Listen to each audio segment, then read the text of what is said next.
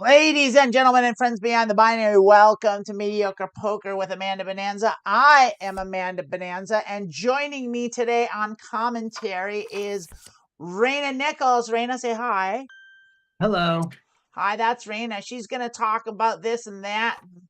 As you can see, we're already in the hand. We're playing Pot Limit Omaha. We're at the Microstakes. We're at the smallest stakes. We're going to try and squeeze the big blinds out of the other Microstakes player. And our strategy to do that today is going to be we are going to fast play our strong hands. We're just going to be betting them hard. We're playing ABC poker. We're assuming that no one's bluffing. We're not going to bluff all that much. This is a bad hand. We're going to throw that away. We're not going to bluff all that much. We are still going to bluff in the right place, but we're going to be very, very strategic.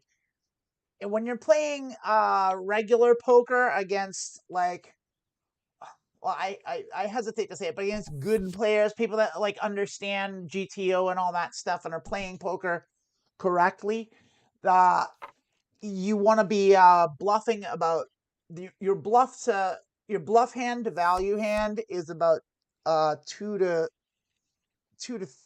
3 to 2. It's you want 2 bluffs for every one hand, for every one value hand. So you bluff 2 out of 3 times basically.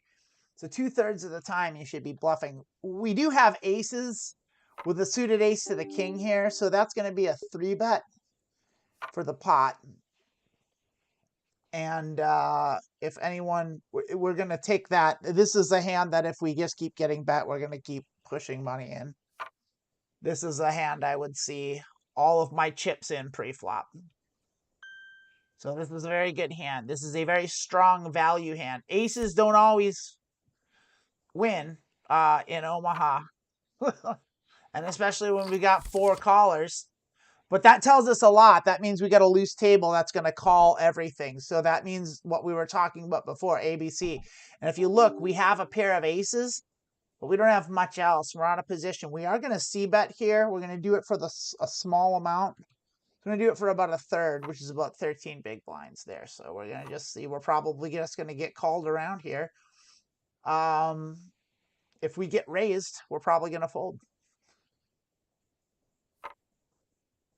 We just have callers though, so they could easily have jacks. They could have jacks and nines. They could have over pairs like we do. They could have diamonds that they're drawing to. They could have a 10 queen that they could have draws. They could have 4 or 5. There's a lot of draws on this board, so I'm gonna bet all in. And we're going to see. We might lose our stack, and we get a call right out of that. That's not a good sign. They probably have us beat. They probably have at least 2 pair. So we're probably toast already. Yeah, 3 callers. 3 callers. Yeah, I don't think we have anything. Well, maybe now with those 3s pairing, we might actually do well. Because unless someone had a jack, something with a 3, there the flush came. So yeah, we ate shit. But that's the kind of table that we're at. So we're at a table where they're going to call everything, all the big giant bets to the river. So that's okay that we lost that buy-in because now we know how to play these players. They're all calling stations. So we're going to wait until we have a hand, and as soon as we have a hand, we're going to shove our money in. Oh, what did they even have?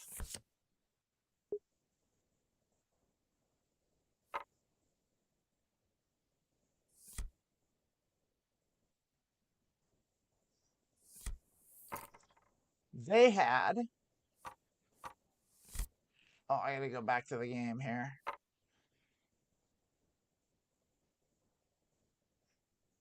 A pair of jacks, not great, but we are on the big blind, and it looks like we're going to get to limp in here. We're going to get a free roll.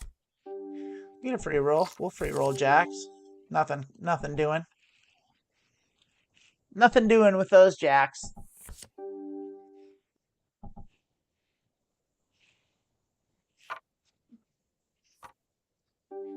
Wow. Yep. Gonna go let that go. I want to go look at that hand again. So here's our hand review screen. We can see that we were up against the big blind, which had a good hand. They had a straight draw. Seat 4 had a flush draw, and seat 6 also had a very bad flush draw, and nothing else. So seat 6 is definitely a fish. But they somehow they got something. They got a little bit of money. Yeah, I gotta get rid of that. So we're gonna label seat 6 a fish for that terrible play.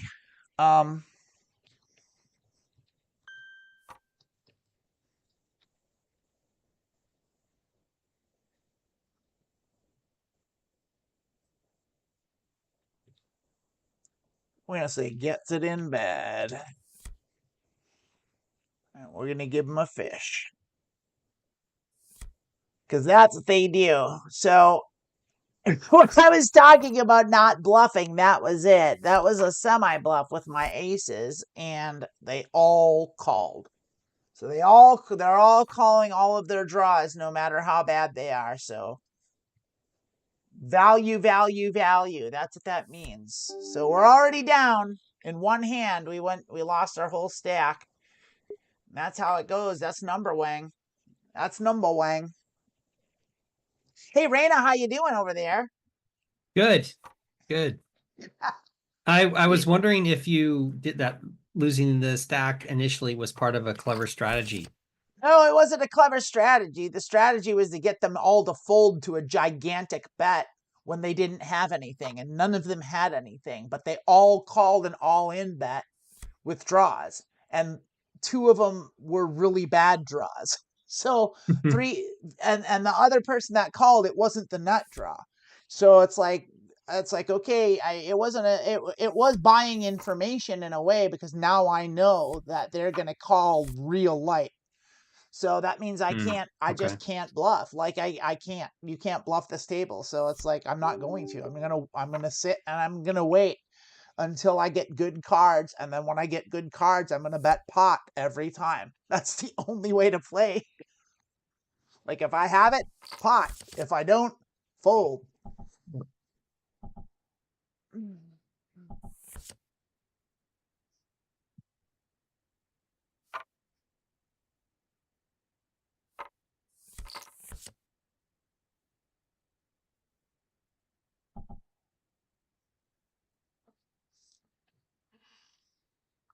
So here you would just have a pair of queens and that's it. Yes, and you can see in the corner right over here where my mouse is, it'll tell you what I actually have.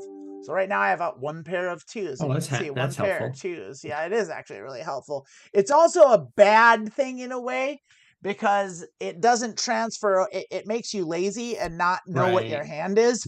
And then if you go play live, you definitely don't You don't have have that that. live. And like, it's real easy to miss. You get out of the habit of like seeing straights and full I houses see. Yeah. and stuff. Yeah. Like, Straights, especially. Straights are the ones that get tricky.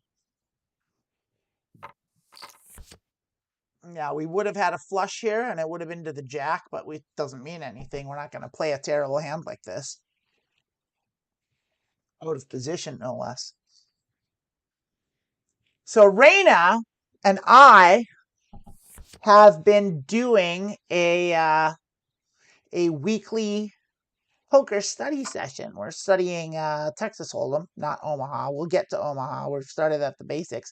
But if any of you are interested in joining us, you can just kind of DM me. Let me know in the chat, or I'll get in touch with you. And or just find me on Facebook and send me a messenger message, or find me on Blue Sky and you can message me there. This is a good enough hand to bet. It's right on the edge, but I'm in early position. This kind of sucks because it's like right on the edge. I am gonna do it, but I'm gonna bring in light. I'm just gonna bring in the minimum bet here. Oh, I suspect I'm gonna get called all around. But this is one of those hands where I do have it has nuttiness, There's two suits. It's the 4 is a dangler and it's to the 10. That's not great. But 10 jack or 10 queen king, two suits is good. This would be a lot better on the button. And we didn't hit anything. We hit a pair of 4s, which equals nothing at all. We don't even have a straight draw. We don't have a flush draw. So boo. So we're not doing anything else with this hand. I can't. I mean, we would have to get an 8 and a jack. Or well, no, we could get two. We could get two Broadway cards. With a jack and another Broadway would give us a straight. But like, I mean, I'm not even gonna chase it for one big blind. It's so unlikely. Yeah, see, there we go. I guess now technically we do have a flush draw to the king, but like, so maybe I should have called one big blind. I don't know. It's hard to say. Yeah, I wouldn't even feel good with kings and 4s here with those spades on the board. That's for sure. Feel like one of them's gonna have spades, even if they're bad spades. Probably seat 6. Yeah, that's spades. That's a flush. That's a not nut. That's a non-nut flush. Can you remind me what the nut is Nut is referring the to in this best context? possible hand. Oh, okay. So in this case, the best possible hand would be an ace high flush. Like it would be an ace and anything else of spades would make the nut flush. And they didn't have a flush. What did they bet half pot with and lost with? Does it look like 9s and 4s won that hand? We would have won that hand. My goodness. So we're going to bet hard for thin value. So I wasn't wrong to mash those aces. I really wasn't. These players are loose. So let's take a look here. What did seat 6 have that they bet half pot, that they bluffed?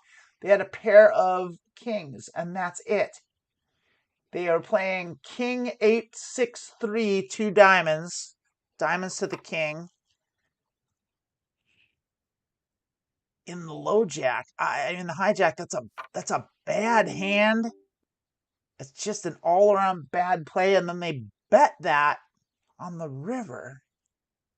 All right, 3 4s and an 8. The rainbow is not a good hand. We're not going to do anything with that. I don't want any part of it. I don't want to put it any. I had to put a blind in, and I'm sad about it. But yeah, like they have a stack. Seat 6 has money, but that's not because they're good. That's because they're falling out. They're cramering into it. Like that is that's bad poker over there. But a win's a win's a win's a win. A very smart man, a very wise man once said to me, like, if I had to choose between being good at something or being lucky, I'd take being lucky every time. You can't argue with that. Yeah. So we're not seeing much action here. There's 43.2 big blinds in the pot. There's an ace, a king, and a queen, and no one's betting it. And there's one big blind bet. Like, look at this. This is some sloppy, sad shit. There we go. There's some money. That's it. Are you going to call seat 6? Are you going to bet one big blind and call? You sure are. And they had it with a set of 2s. Ah, wow. Holy bajolies. Yeah, there's nothing to do but sit and wait for a hand here. And just get as much of my money in when I have it, and then just collect everyone's money when it's time. And I think this one is, let's do a raise. Nah, it's not quite good enough to call.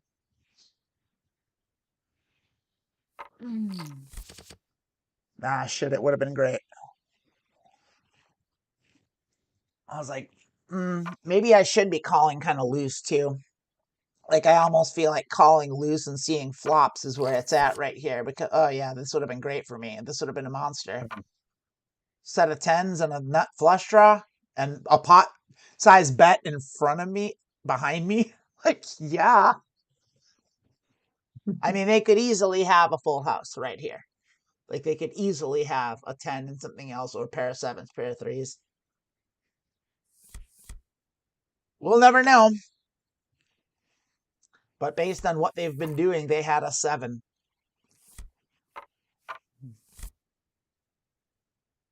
So this is definitely a hand we're going to play. We're on the button, and we've got a pair of jacks, 10s, and 7s, all connected cards, and a single, what's called a pure suit, which we don't block our own suit. So we'll bring that in for pot. It's good enough to bring in, and we'll get a call from seat 6. Oh, we get a raise from seat 6. We're not going anywhere.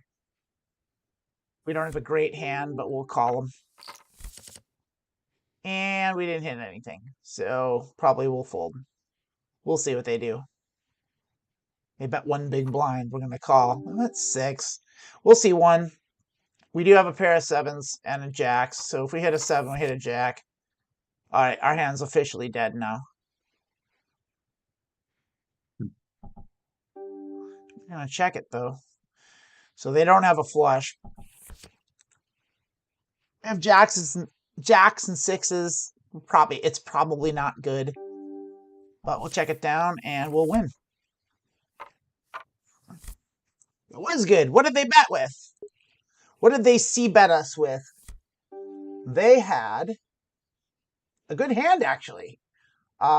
Ace, Queen, Jack 10, with a suit to the ace, pure. So they had a great hand. So they played it well. They played it right. They did everything right, and they lost, and that's how it goes. But that's what happens. Like when you've got a marginal made hand, like we had, with like a pair of jacks. It's got some showdown value, but it doesn't have any nuttiness to it like that. You just basically just don't put money in the pot. Like check it down, call the small bets, and if someone wants to get a lot of money in the pot, you just got to get away from it. But if someone's gonna do little rinky-dink stuff like that, especially a C bet, which is a C bet bluff. C bet means, by the way, Raina, C bet means continuation bet, meaning that you were the first to put money in. And in that case, they were, because they had 3 bet. And so they were the pre-flop aggressor. And so then when it came around to them, then they continued to bet on the flop. That's why it's called a continuation bet, a C bet. Do you understand that concept? I think so. So they bet and then they bet again. Yeah, they're the fun. If they were the ones that made the bet that someone else called, that means the pre-flop aggressor is what that's called. They were the one that put the money in the pot.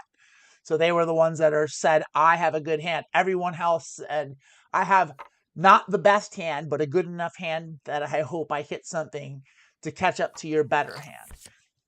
I have the best hand. I'm putting money in the pot. Pre-flop aggressor. Like, that's essentially what that is. And then the flop comes, and then it changes everything, but here we are. And see, look at that. All in. They're going to call with their nut full house. I mean, that's the thing. Is they're playing how I would be playing, which is just betting value, and they're doing it. So I called them a fish, but what am I going to argue with? Like 460 big blinds, and we're down. They got our whole buy-in.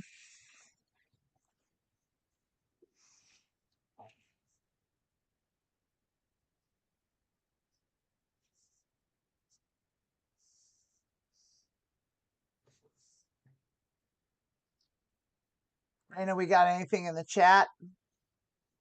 There is chat is pretty Charlotte's quiet. here. Hi. Charlotte said Charlotte's hi. here. Hello, Alexis Charlotte. is here. Hi, everyone.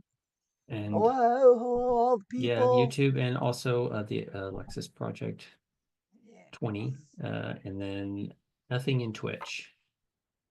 That's all right. Hey, everyone.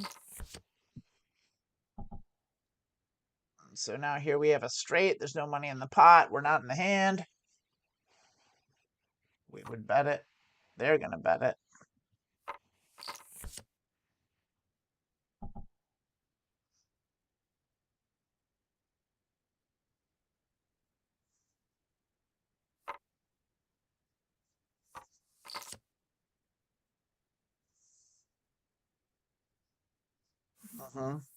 We would have had a better straight.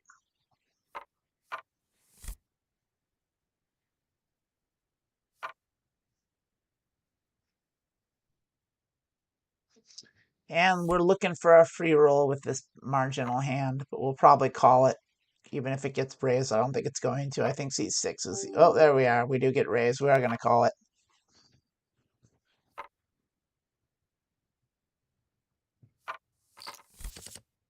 And we flop a full house, so that's good news, isn't it? Yes. Bummer that we have the suit. We block our suit, so that sucks. We want Yeah. someone to have spades. We also want someone to have a queen. We could easily get beat here, so I am gonna bet the pot. A queen 7 beats us, but it's unlikely. But someone could have a queen, and if they hit anything else in their hand, we would lose to that. That would be a better full house than ours. So if they have queen 4, they beat us. But we're gonna go ahead and bet the pot again. Well, no, we're not gonna do that. We're gonna go ahead and bet enough so that we can go. We're gonna bet small. We're gonna bet 10 big blinds because then we can get it all in. If they call us, then we can get it all in on the river, and that's what we're gonna do. So we're gonna get it all in. And we got as much out of them as we could. We maybe could have got more out of them if we bet on the turn, if we bet more, but that was like we wanted them to catch something, so like I tried to get 3 streets of value. So this looks like it might be a good hand, but we're in the small blind, and honestly, if we hit, I'm just gonna call. I'm feeling like I'm watching seat 6, and they're playing the play every hand, and if you hit something, you hit it, and we did. We hit pretty hard. So we're gonna pots bet that out of position. We're gonna donk that. We get a call. That's lovely. So we don't want hearts to come. Spades coming would be great. So we're gonna go ahead and we're gonna pot that again. We're just gonna get as much money in this pot as we can, and hopefully we get a call from this person who's gonna raise us. We're gonna call them because they could have a full house now or a straight. So our trips are probably not good anymore. Yeah, I don't think our trips are good. Oh, we block it. We have the 8.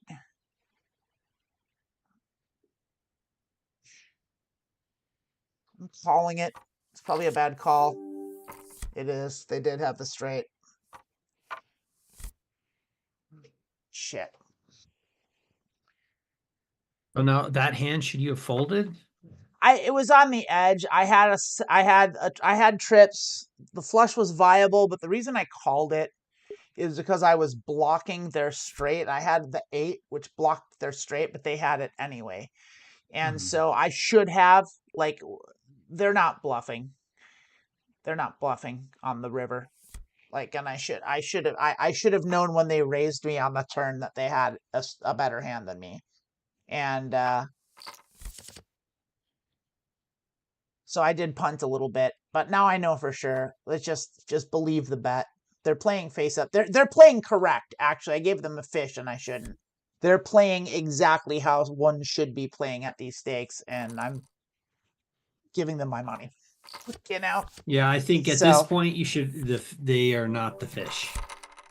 yeah. I'm gonna take the fish off. But they did get it in bad. I saw them do it twice. But I'm gonna give them this.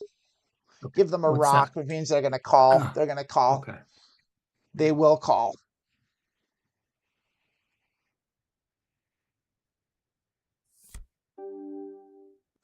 Nope.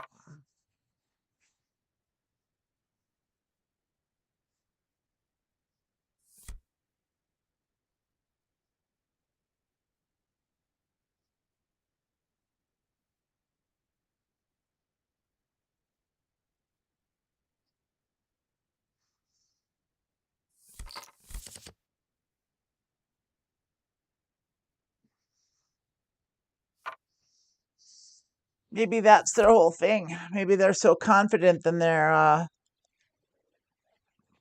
post flop game that they're okay just playing every hand, which is what they're doing. Might not, I can't argue with the 500 big blind strategy, it's working what they're doing.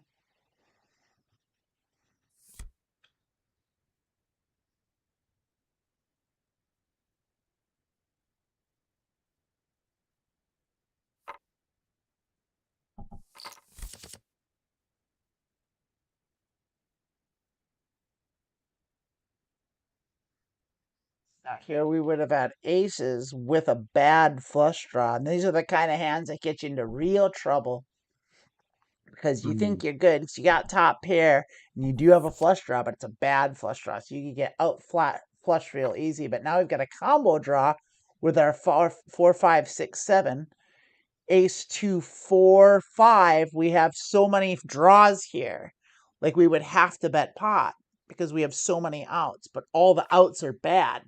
And so this is a hand that's called reverse implied odds.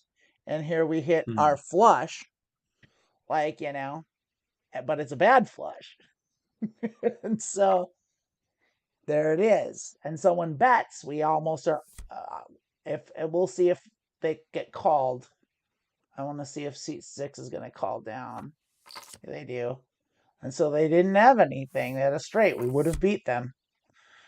Yeah, I mean, just honestly, thin value here. Thin value. Seat 6 is going to call anything. They're calling anything. If they have any piece, they're calling anything. So value, value, value, and thin value at that. So it's like, yeah, we were right to play the aces that way. We were right to do it. I'm going to call. We're going to see. And 7s and 6s with a flush draw and a straight draw.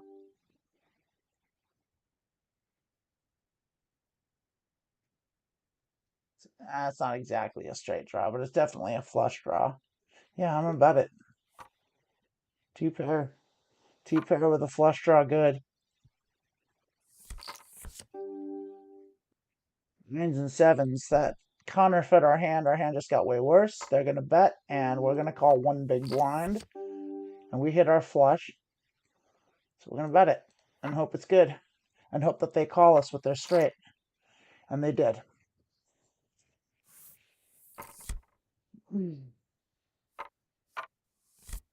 They're gonna leave because they didn't like that.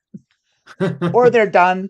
They built up a stack and they just saw that I figured them out and they're like, okay, I'm gonna take my winnings and go. Or they're just going to the bathroom, getting a bag of potato chips. I don't know. We're definitely that is a monster hand. Ace, ace, Yeah. king, 10 with a pure suited ace. That's Wow. what's called a monster. So that might be if it was double suited, it might be the best hand Oh. in poker. Uh, Here's the thing. So we don't have clubs, but we have the ace of clubs, which means we can front like we do. But remember, we can't bluff. So we only have a pair of kings here, or Mm. we have a pair of aces, which is good, but it's not great. It's a marginal hand. We're out of position. So Mm. we're going to check it and we're just going to call. We're not going to put any extra. And we're only going up against this one person, and they only have 25 big blinds, and they didn't bet. So we have aces and queens. They could easily have a queen. They could easily have clubs or spades. We're just going to try and win a small pot here, and we're going to call it. We have to. And we probably don't have the best hand anymore if they want to put a lot of money in the pot. They want to put, when people bet the river, they have it. They have something, and they almost always have something good, and they bet half pot because they want you to call them. So I'm going to lay down my aces. I don't think my aces and queens are good. They could easily have a straight. They could easily have a queen. We're going to lay it down. It sucks, but that's number Wang. I Yeah. know I'm right about that. And they did leave. Seat 6 did leave, and that's okay. But we're going to, well, I'm not playing this hand. Let's say we're gonna follow their lead and just kind of play every hand. We're gonna play a lot of hands. We're gonna wait till we get a stack to do that. We'll build up our stack. We'll still be playing good hands, but bet thin for value. Though that was What does against what does them. that mean again? The thin That value? means when you've got a pretty good hand. Like you Oh, don't have the pretty. nuts, but you've got a hand. Like Mm. you can bet marginal hands Uh-huh. as though they were the nuts. And people will call you down light, meaning they'll call you with bad hands, which is what seat 6 was doing. They were just calling everything. Mm. They were just hitting stuff. So they weren't a good player. They really weren't. So it pretty much They came down to called luck. way too much. They called way too light. They got lucky. And people that do that, sometimes they hit, but most of the time you're going to punt when you do that. Oh, what a great hand to not be in here. I mean, we do have a straight draw here. We didn't hit it. We would have had pair of tens and the pair of threes with a 6 kicker. It would have been terrible. Not a great hand, but it is a little bit of a rundown. We've got a suit, and like I said, these play like it's about getting it in light. There we go. I can't call that. That's a raise. We don't have a good enough hand to do that. Yeah, we're not playing the same people. That player was the one that was calling down light. I should go back to being tight. We're gonna fold. We're not calling that. We don't have the hand to do it with.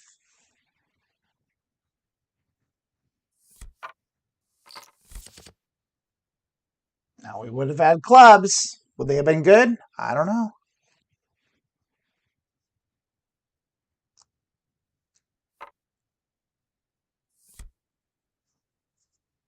I think they had aces. I think they had 3 aces in their hand.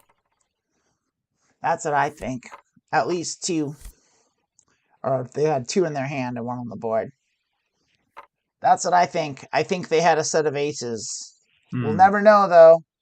You never know. That's how people bet when they have aces. Looks exactly like that.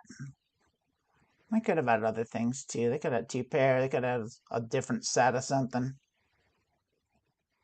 Who knows? We'll never know. The hand is over. We didn't see anything. Everyone folded. No one had the guts, including me.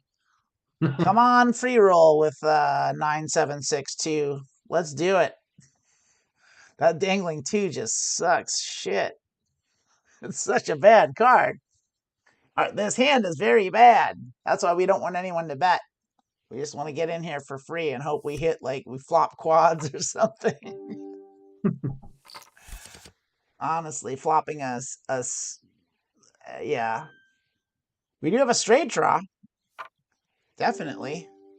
So we're not going anywhere till a diamond comes. If a diamond comes, we're out. But if we hit our straight, we do not. Well, we did hit our pair of 2s, but unfortunately the flush came. So, oh, 4s and 2s. Yeah, I don't think this. I don't think That's this a hand's a monster winner. hand, I don't right? think this is a winner. Now here's the Oh, thing: is we could bet pot call and it. maybe you take this down, but we're not bluffing. We're not bluffing out of position 3-way multi-way. We're just giving up because there it is. That could easily be a full house too. Easily, easily. Oh, I'll be folding. I'll be folding that. Yeah, I'm not gonna call that at all.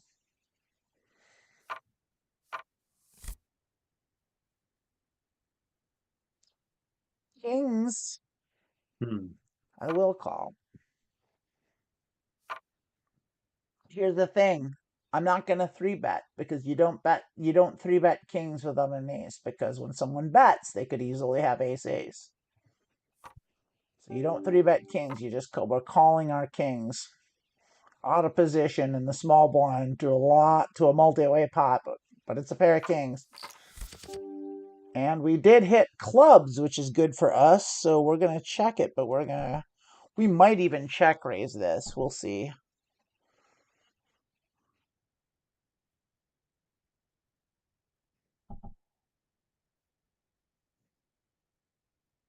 If it checks around, we're betting on the turn no matter what card comes. Well, that's not true. We'll see. I'm thinking of betting. I want to get a little aggressive with this hand. We have equity. We have good equity and an overpair and a strong overpair on a weak board.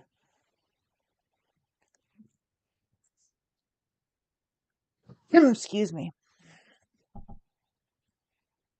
Check around, or do I check raise? It is a check around, and it's not a it's not the worst card, but it's not a great card, but it's not a bad card for us.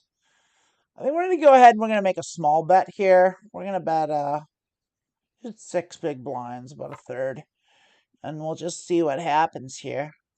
We have a hand and we have equity. Let's try and get a little money in that pot so that if we do hit our clubs, like what our gin card, our best card that could come is the ace of clubs. The ace of club comes or a king. Eight of clubs is good though. And so unless someone's got the ace of clubs, we're just gonna, if someone has the ace of club high flush, which is unlikely because we're blocking the flush, so we're probably not gonna get called at all. We're just gonna take it down. And I'm starting to think like I should just bet small on the river unless I'm bluffing. Because people do not call pot-sized river bets almost ever.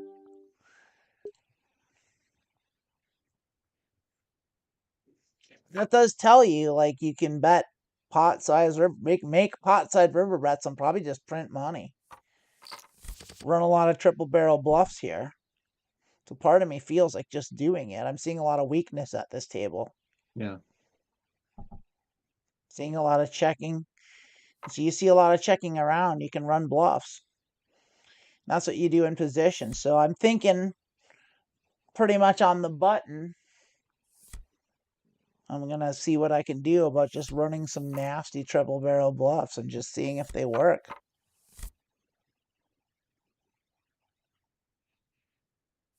That's such a bad hand. And to a raise.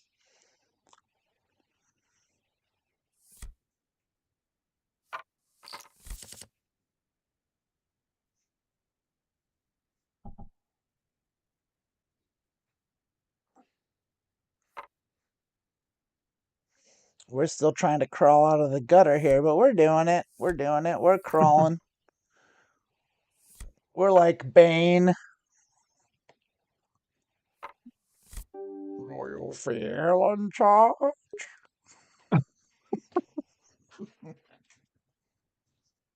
Was born in the dark. Crawled out of that pit. There was that child. I actually love that movie, and I loved what's his name? I can never remember his name. It's Tom Hardy. I Yes. loved Tom Hardy's Bane. Like it was so good. He was so good in that movie. Yeah, it was good, and he I pulled off really a like character Tom Hardy. He's a that really is good actor. kind He's of a really cool dude. goofy in like the comics and stuff, and they made it really really cool in the movie. Yeah, I never knew who he was in the comics, so it's like I never read a lot of Batman, so I didn't know him. And so when that came out, I was like, who the fuck is this bad guy? I mean, he's clearly from the comics, but I don't know him at all. And so I was like, all right, whatever. But then I was like, oh shit. That's my favorite of the three movies, actually. Everyone loves the Heath Ledger one, which is really good. It is good. They're It's a great movie all too. three of those, all of the Christopher Nolan Batmans were all really good. All They three of them were were great, so good. They were actually. so Like good. they were fantastic. like and yeah, it's like I definitely. And then the last one that came out with like Chris Peter, Robert Patterson Uh-huh. was so fucking bad. It was so bad. But then they did the spin-off of the Penguin, who is fucking what's his name? The guy, I forget his name. He's a Colin Farrell who's playing the Penguin, which is wild. Like That's he's like Colin Farrell? that's Colin Farrell. Yeah, He's I like know. Hey, unrecognizable. I know. He's Wow. good. He's Brilliant. good. He's awesome. I like Colin Farrell. So I have two pair here, but that's a pot size bet, and that screams a better two pair or Uh-huh. better. I mean, that's easily a set of 6, or it's probably it could be a set of 8s. We do block the 2 pair. It could be an over pair. I mean, I'm calling. We have 2 pair and we're blocking the 2 pair, and we just hit a full house. So if they have 8s over 6s, we lose, but right now we have 6s and 2s. So we got to bet. They have something, but they don't. I don't think they have a full house. I'm gonna bet half pot and see if I can get him to call us.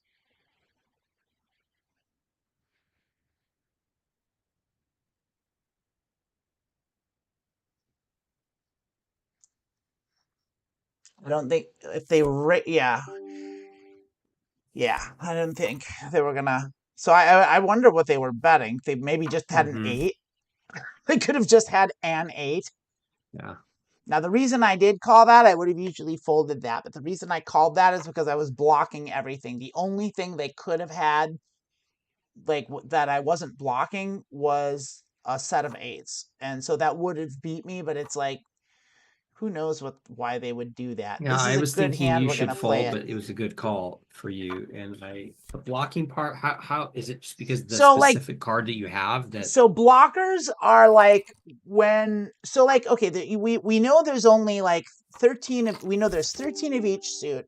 So for example, right now in this hand, which we do have a straight draw, so we're gonna oh, it's such a big pot.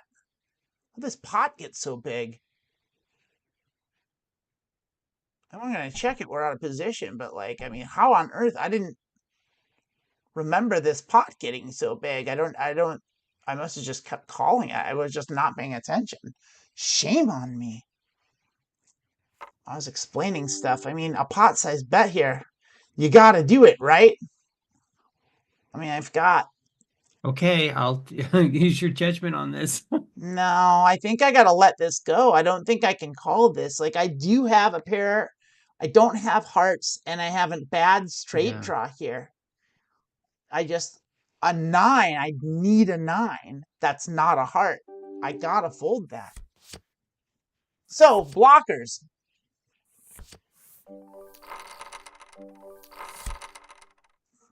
Jackson 5s. Did we win that hand? Did we fold the winner? They got it in bad. Did we see that? Did you see that? What was that? I don't understand what I'm just going to happened. fold this. Oh, I'm going to play this hand, but I'm going to go back. We're going to review that hand after this hand I'm sitting out. I'm going to sit out next hand, and we're going to review that hand. Okay. Because what happened was same thing. They got it in bad. So, like, I got to mark that. 9s and 4s? In that pot? What happened? We got a call. We have a pair of 10s. We're playing this hand on the button. Remember what I said? Especially after that. Well, we can't triple barrel now. At least not that guy. But seat 3's out of it, so maybe we can triple barrel now. Maybe. I don't like that king. Yeah, that's not good. No. We'll see. If everyone checks around to us, we're going to bet. We're going to bet the pot just on principle. But right, because we're the button. Because we're the button and no one's showing interest. It's a bluff. I mean, it's a semi bluff. I've got 10s, but like, I mean, and so there's someone calling because they could easily have clubs.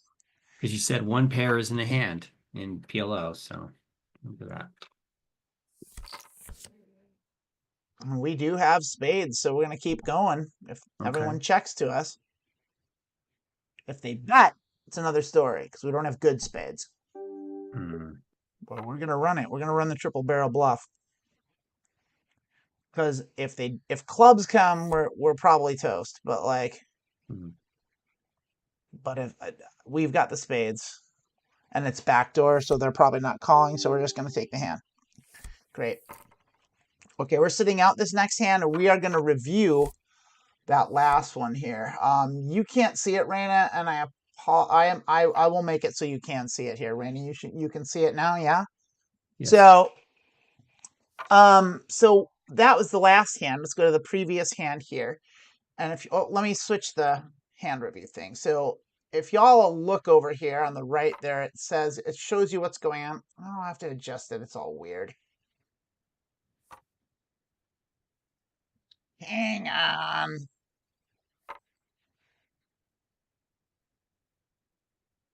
Get it.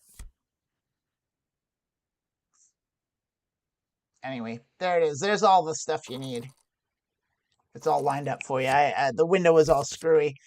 So in that last hand, when that we laid down to that giant pot, yeah, it was. I had king, queen, 10, 8, two suits, double suited to the king and the queen. That's a great hand. It's a fantastic hand. Seat 3 ended up with ace 8 3 2 that they called. So, and seat 1 had ace jack 6 5 diamonds, but with a diamond blocker. So they did have a pair of jacks. That's all they had. They called with a pair of jacks, or they bet with a pair of jacks. Seat 3 called and bet hard with just a pair of 8s. And I don't know what happened there, but it was like 9s and 4s. So what was the winner? It was like 2 pair. Yeah.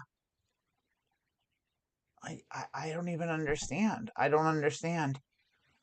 Jacks and 5s won, I guess. Beat 8s and 2s. I don't know if we would have won. 8s and 2s. Jack, could we have beaten jacks and 5s? We would have had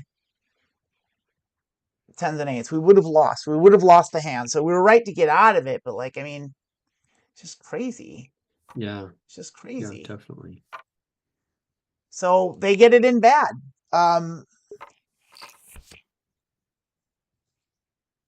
Gets it in bad.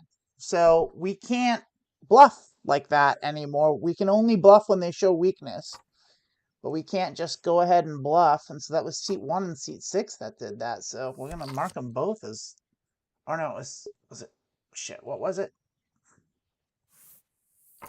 There you go. Anyway.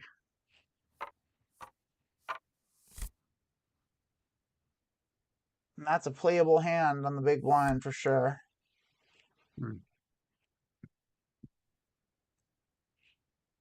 Let's see it back there. That was seat 3 and seat 1. So they were the fish. Okay. And we hit our diamonds. We have 2 pair, a bad 2 pair, but go ahead and bet the pot. Let's get some money in there in case our diamonds hit.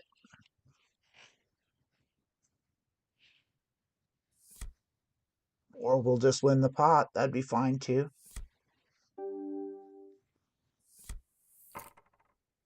All right.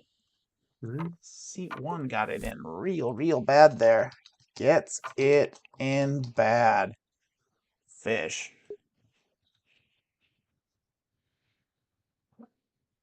8776 is not as good as a hand as it looks.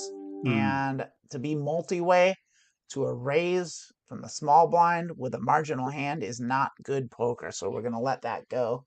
Okay. Even if we do, yeah, great hand to not be in. All right. Ladies and gentlemen and friends beyond the binary, we're coming up. We're approaching the top of the hour. And I'm going to go ahead and take a break in a little bit. Go to the bathroom, get some more water, all that stuff. In the meantime, I do want to tell you about PLO Mastermind. That's a website. PLOmastermind.com is a Pot Limit Omaha training site. And on that site, you can sign up for a free account. And you can, they have what's called like a training feature where you can it'll just show you random. It'll deal you in just like this. It'll put you in a random position and give you a random 4 cards and give you the option to bet or check or fold. And you make the decision, and then it'll tell you if the decision you made was good. And so it's a great way to like understand the value of pre-flop hands. And then they also have a whole range of like of all what every hand is worth, and it's a little confusing and a little bit, but it's definitely worth it if you have any interest at all in playing PLO. And I gotta say, if you're interested in poker at all, PLO, in my opinion, is a better way to go than Texas Hold'em because everyone knows how to play Texas Hold'em. It's such a hard game to win now because everyone studies it and everyone plays it. And PLO, people are still playing like they don't know, they don't understand it because there's not a lot of information out there. So you have your odds, your competition in Pot Limit Omaha is softer than it is in Texas Hold'em. But Texas Hold'em's still a great game, and you should still play it. And I do. Yeah, so bad, so bad. Can't help it with these fishies. I'm being the fish though, playing this hand. I'm doing it. Nah, I can't do that. I can't call a raise. I shouldn't have called anything. Yeah, a nice pair of twos. I'm Should gonna have go ahead and folded on sit out this that. next hand. Yeah. But there's a link in the description for PLO Mastermind. Go use that because that gives us like an affiliate marketing money thing. So like sign up, use our link, and go through it through the one in the description box below.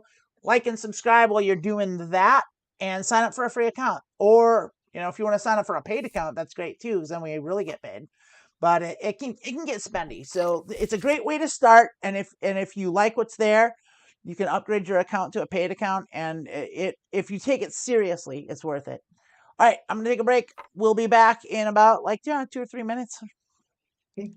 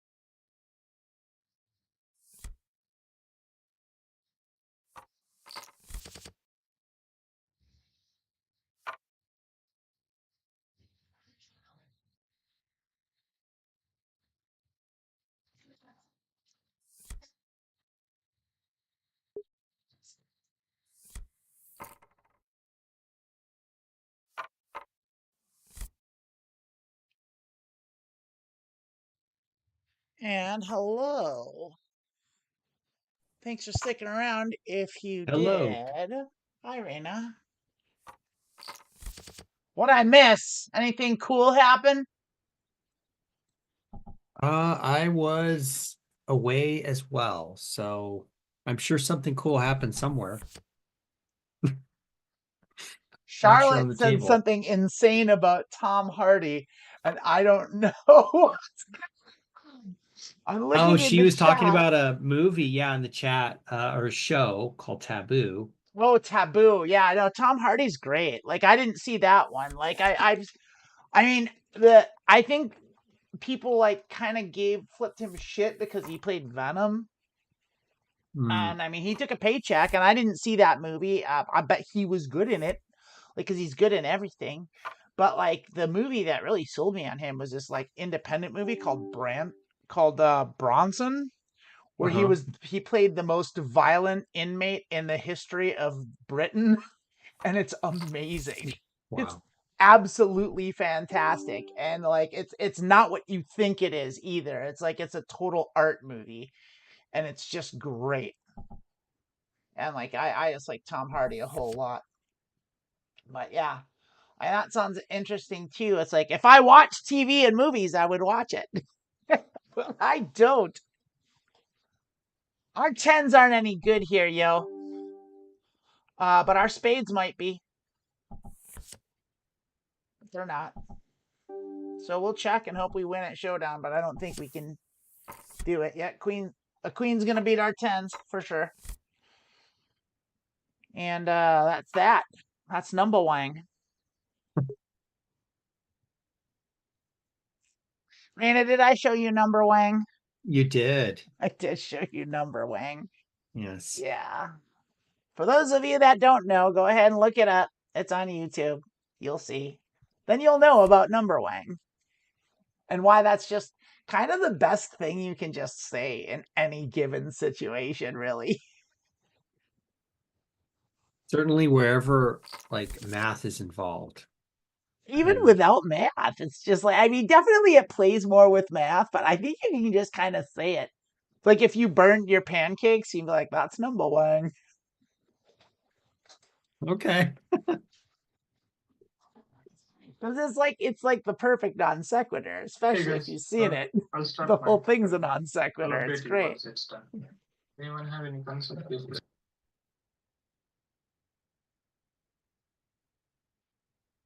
Did you have number Wang on in the background there? I did. Is that what that was? Aces and jacks. Oh, we're heads up now all of a sudden. Well, let's go. So when heads up, we play a lot more aggressive and a lot more loose. And we'll see. And so we will be betting all draws. I'm going kind of hard with it. Uh-oh. That's not good.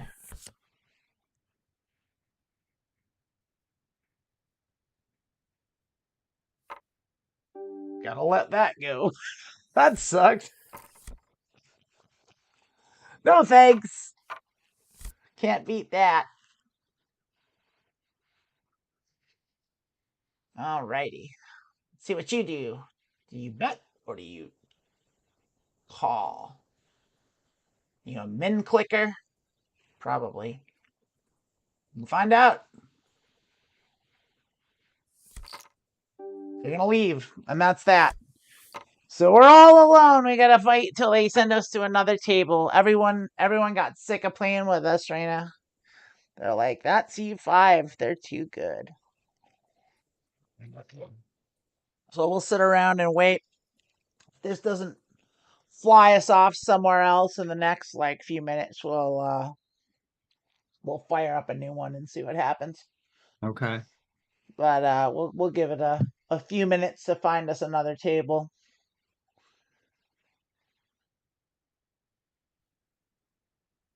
So yeah. Charlotte, I did see Legend, where Tom Hardy plays the Cray brothers. Yeah, and like that was a really good one too. I like that. I like that movie a lot. I just like Tom Hardy. He's good. He's big giant muscle man too. He's just built like a fucking goddamn brick house. He's a real fucking unit, that man. All right. Here we go. We're in a hand. We want to sit here. All right. So we are going to post a blind. We're going to post a big blind to get in this business. I don't want to wait a full orbit to play. And let's see. We've got some stacks and a couple we've got two big stacks, one large stack, one medium stack, a couple deep stacks, and a couple real shallow stacks, and then a midland stack here. We'll see. We'll see a flop. We won't be calling this to a. Well, yeah, we will. We'll call this to a race. Treat this like the big blind in a better position, basically. We do have a straight draw here. It's a pot-sized bet with an ace, king, and an ace. I think we're going to fold. Mhm.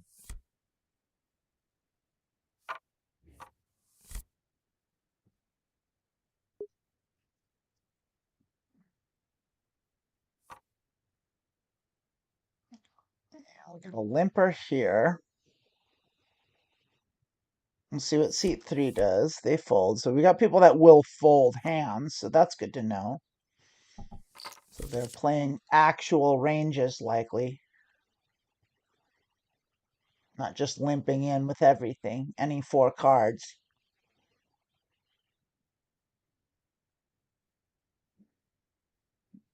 They limp. Seat 5 limped in on the small blind. Mhm. But now they're thinking about betting. And they checked it, and these two auto checked. So that's a good thing to look for. If you see an auto check like that, where it's just like that, that means you know they don't have anything at all. And so you just bet pot at them, essentially, no matter what you have. Now they're saying they do have something. So maybe they auto checked a queen. I don't know. Who knows? These weirdos, they do weird stuff. They do weird trapping schemes and they do all this goofy stuff. And it works on me because I don't expect them to do such goofy things. So maybe I'm the goof.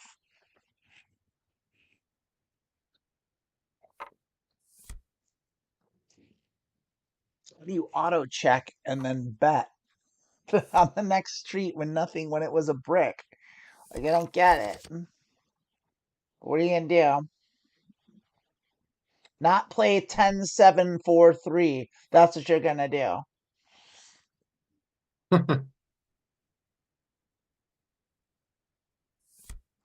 Raina, do you know what constitutes a good hand in Pot Limit Omaha versus a not good hand? I know we talked about this in Texas Hold'em, but can you make a kind of a what's the difference? It's similar to the things that make good Texas Hold'em hands, but it's a little different because it's 4 cards instead of 2. Oh,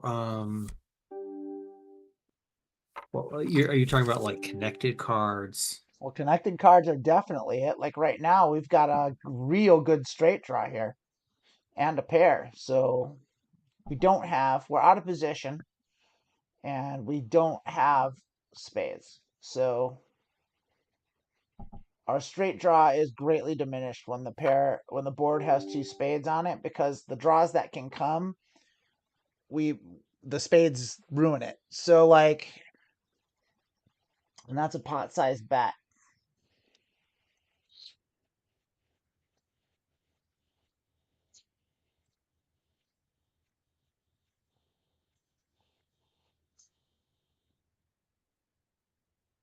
I honestly don't know what to do here. I don't have any other equity. If we had spades or even 2 hearts, I would call this, but I can't. I can't justify it. Not with those spades there. So essentially, we were talking about blockers before, Raina, and you wanted to know what they were. And so, like in a hand like that, where I had a bunch of cards around the straight but didn't have the straight, like those would all be blockers to the straight. Like so, I would know that my opponents are essentially it boils down to your opponents are less likely to have the cards that you have in your hand because you have one of those cards. So like if you have clubs in your hand, if you have 2 clubs in your hand, your opponent is less likely to also have 2 clubs in their hand because there's only 13 clubs in the deck. So if you've got 2 clubs on the board and there's 3 clubs in your hand, well, that's 5 of the 13 clubs.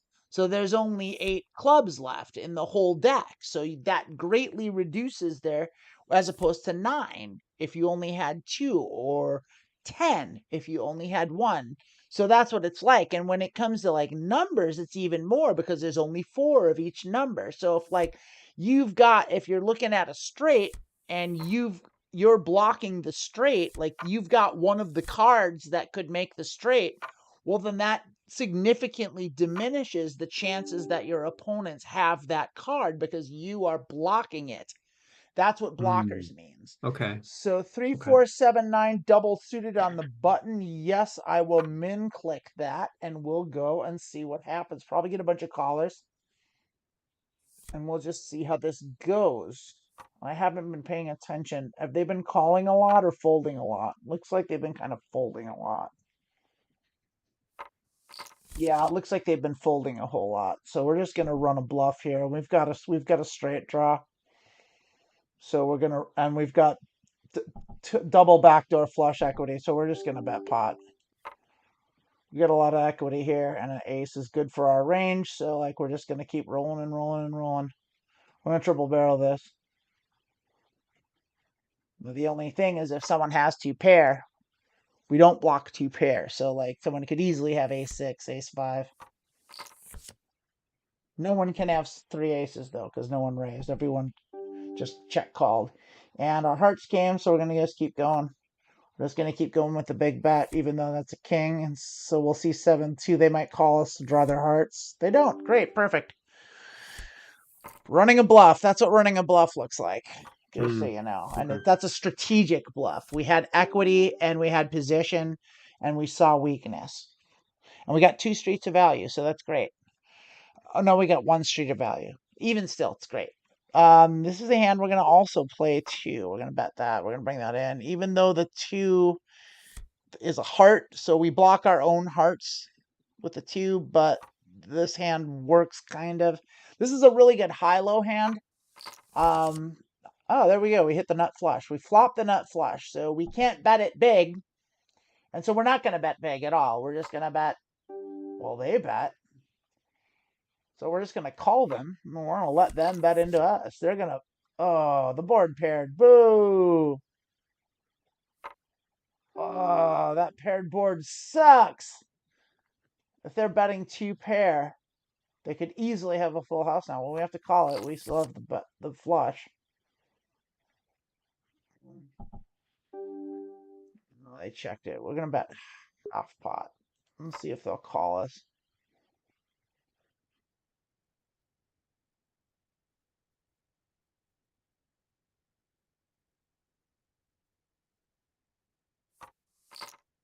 Beautiful. They had a worse flush than us. Which is what I thought they had, but a good player would bet 2 pair, but they wouldn't donk it on a flush board like they did. So they had probably a decent flush. Would they donk 2 pair on a flush board? What does the Wouldn't think donk so. mean?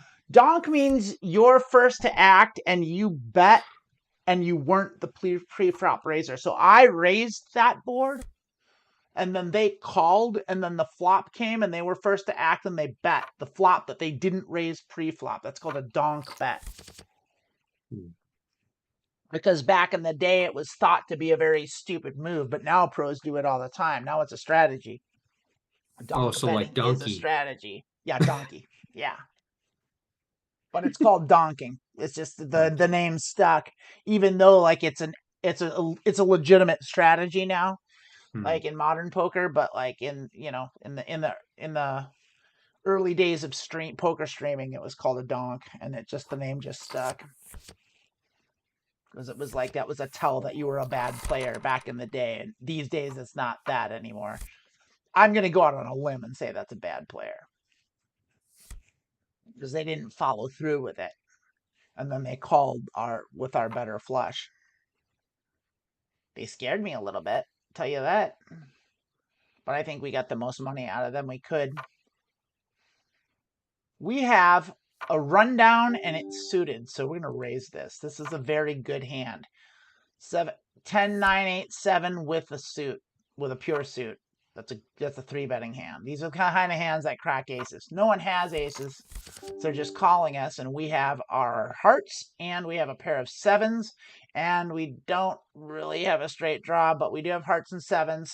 And since we were the pre-flop raiser and that ace is good for our range, we're going to bet small, multi-way, and c-bet. Actually, you know what? We're not going to c-bet here.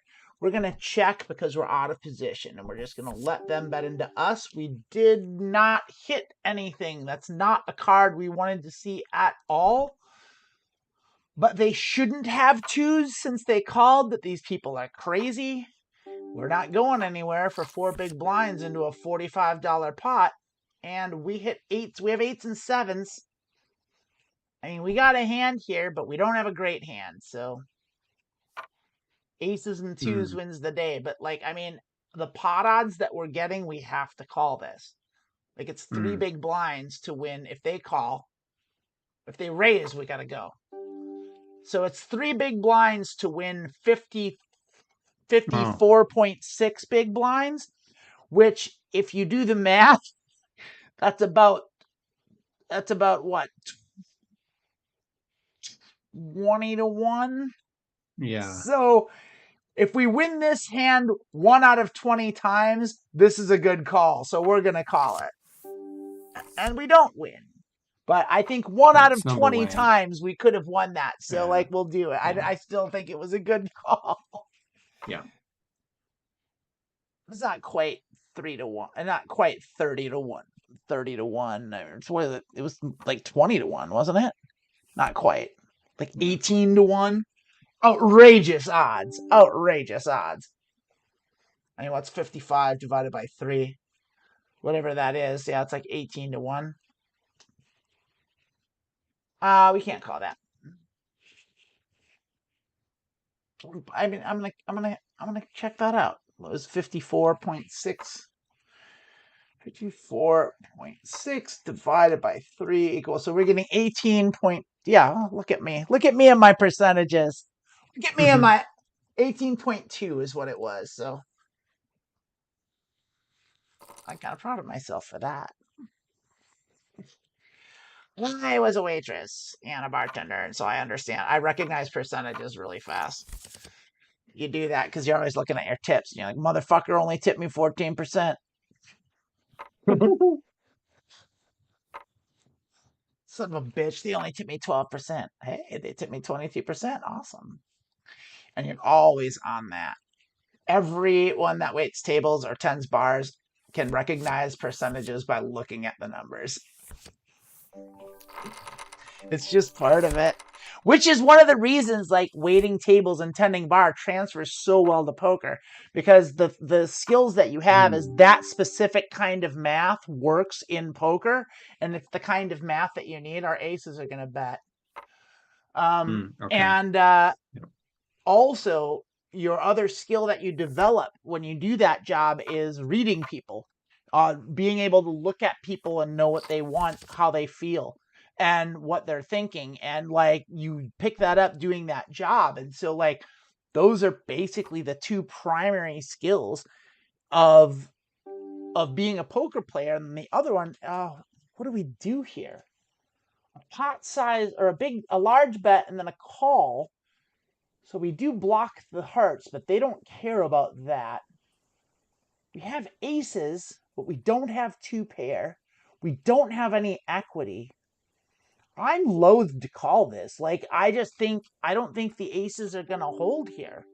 I'm going to let go of my aces. I'm doing it. That might be nitty, but I'm sure I'm beat here. And we'll see if my aces hold. I don't think they will. Now the clubs came. That sucks. So, like, now I would have had to have called, But this is like, I really think seat 1's got at least 2 pair here. One of them's got trips. One of them's got a set. Look at all that money in the pot. Wow. 1 king, and they did have a set. They had a set of 9s. What on earth did they bet with? Seat 5 had King 10, 3, 2, 4 spades. A terrible hand. Wow. They had a kings and twos. They had two pair. They were like, I'm getting it all in with kings and twos, no draws, and all those hearts on the board. We would have lost. Our aces would not have won that hand. By the way, we have to Feel call better this. about that at least. We hit our flush. We flopped our flush, so it's not a great flush. It's a bad flush, but it's a flush, and it's in position. And they're betting pot, so they probably have a better flush than us. But they could have aces. I have to call it. Shit. And then they check. So I'm going to bet. I'm going to bet small. Let me just see if they fold to us. We're going to bet about a third of the pot, a little less. See if they call. They should go all in. If they're playing, they should go all in. Great. Awesome. Terrific. Absolutely fantastic. So that was terrible of them to donk bluff on yeah. Well, they didn't donk, they c-bet, but they c-bet big on a flush board when they didn't have a flush. Like, that's just crazy. Yeah, it's a donk fish. All right, we hit. Oh, we flopped the full house. Great, we'll check that. See if hopefully let someone catch up here, because if we have the full house, we have everything blocked. But they're gonna bet into our flop full house, so we're just gonna call them to the river and check it down. They're gonna check. I'm gonna keep betting. Cool. We're gonna bet pot, and they're gonna fold. I'm gonna go all in. That's absolutely fantastic, because they can't possibly beat us unless they have king, which they shouldn't have because they didn't raise pre-flop.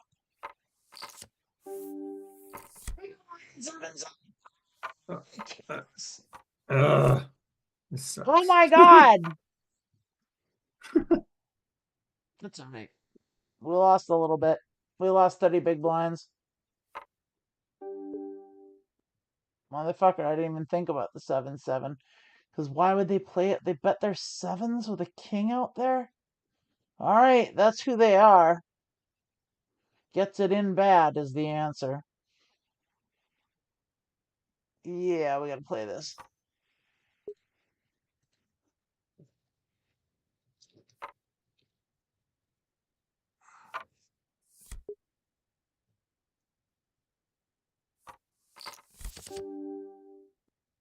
Sevens and eights.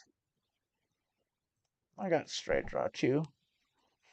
Should have bet it probably. Don't like those clubs though. Yeah, I should have bet. Oh well. See what the turn brings. Give us a brick or make our hand better. Should we raise it? Yeah, we should. Let's raise it. It's ISO. Hopefully that'll get these. This fish is gonna call. Of course they're gonna call a bet. They're gonna check and then call a raise. Oh God. Okay, we have to. This sucks for our hand. Wait, 3-4. That didn't bring anything. That's a brick. I'm gonna bet. I've got top two. They're all in. Yeah, fish. So we got it right back because they're real bad. Okay. I was like, what do they have? They had a pair. That's what they had.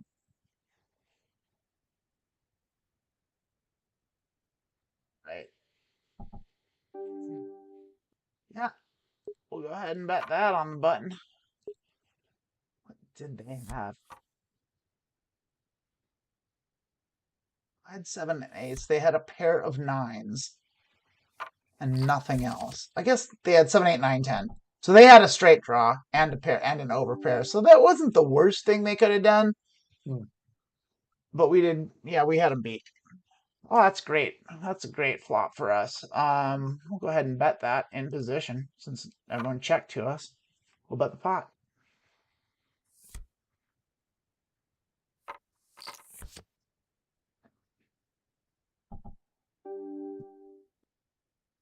We'll bet small to see if they call.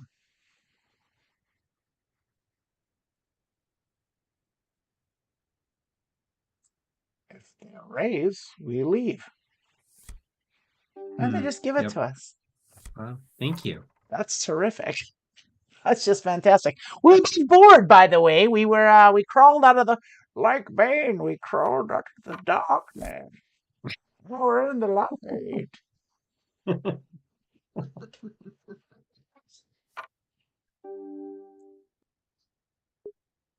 That glimmer of light, you see, that is hope. It's the worst part. Hey, if you like my Bane impression, go ahead and click the like button. And if you don't like my Bane impression, go ahead Go and ahead and click the click the like button, subscribe please. button. Yeah. Thank you.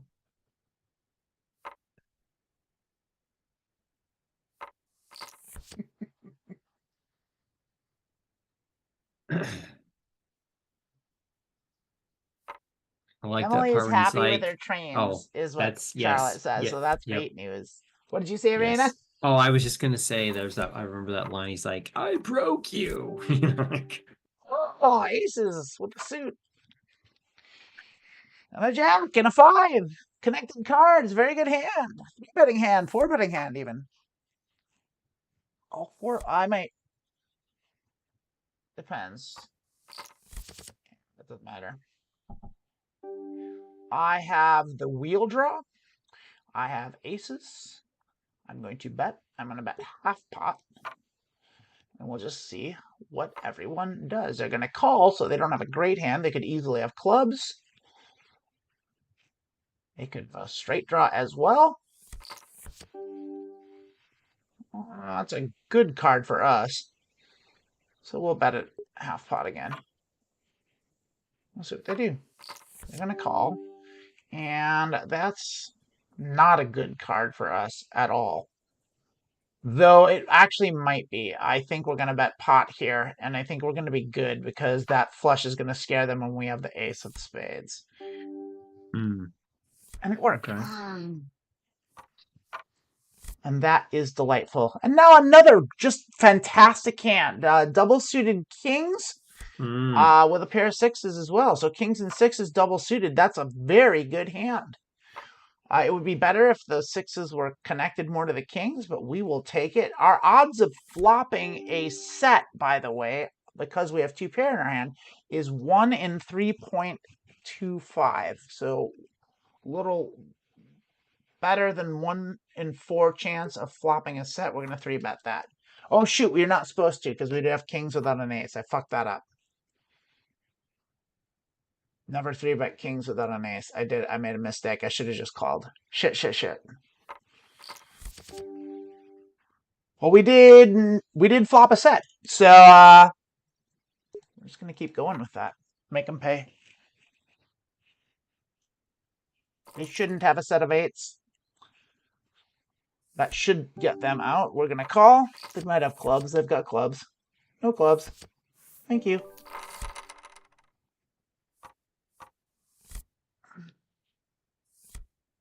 Does it make sense, all the things that I'm saying, Raina? I Do wouldn't you say follow? all the things you make that are sane, but it is making more sense. Okay. The more that I follow along, the more it makes sense. Right. So now I'm betting because I have something here and I was in the small blind, and why not? So we did hit a pair of sixes. We have a straight draw. So we have equity here. We have lots of equity. So we're just going to bet the pot because it's small anyway, and we're c-betting pot because it's just 3.8 big blinds, and they don't have much of a stack. So like they shouldn't be calling and chasing draws, but they are going to raise us. So the question here is, I don't think we can call that. And the reason is because it's a pot size raise, and that means they're going to put all their chips in no matter what. So the thing about that is they don't have enough money behind them for us to justify drawing to our straight. So we have to fold. Right? Because we're behind. They have a better hand than us.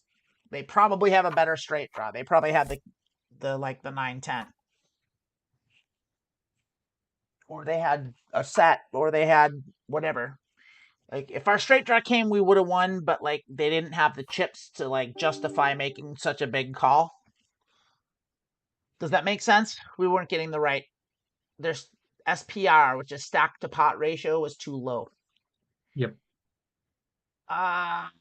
We can't call that to a 3-bet. 3-bets are aces. That's someone that never 3-bets. That 3-bets is aces. Ace is in this hand. Seat 1 has ace, and now they have 3 aces. I promise.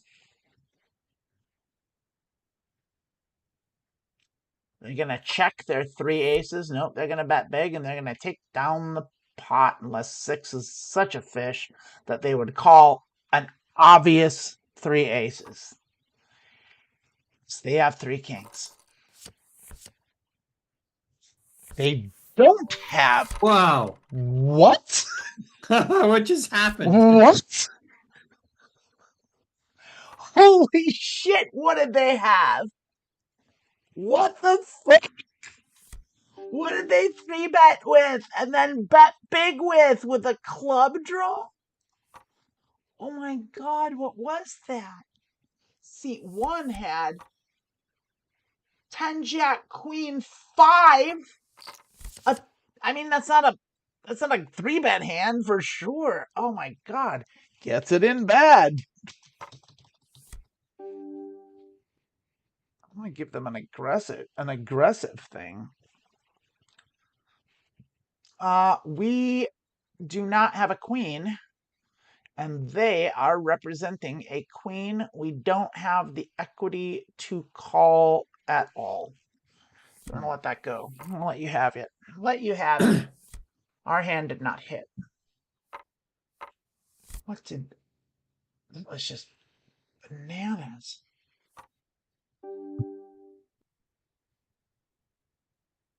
I don't even know what to make of that. Like, I need to study. I'm gonna like keep that up and study it. Like, seat 1 was the fish. Seat 6 also went all in. They had a pair of kings. Or I think kings and 9. So they had 2 pair. Like, they weren't wrong to do it. Seat 1 did have backdoor clubs. I guess they had a straight draw too. So they had 10 jack, queen, king, ace, but they didn't have. I'll tell you what happened there. They thought they had a straight because they had 10 jack, queen, 9, 10 jack, queen, king, ace. So they had equity. They didn't make it. Their 3-bet was stupid, but their continuation bet wasn't. That was a good continuation bet on their part. So I'm not gonna say that they get it in bad. I'm gonna say 3-bets light.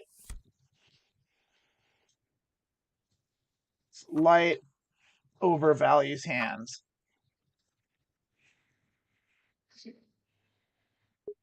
So that wasn't as fishy as I thought. They did actually have equity. And that was seat 1. Seat 6 had 2 pair. Calls light. They call light. Calls light, pre and post. That's fishy. Calling light is fishy.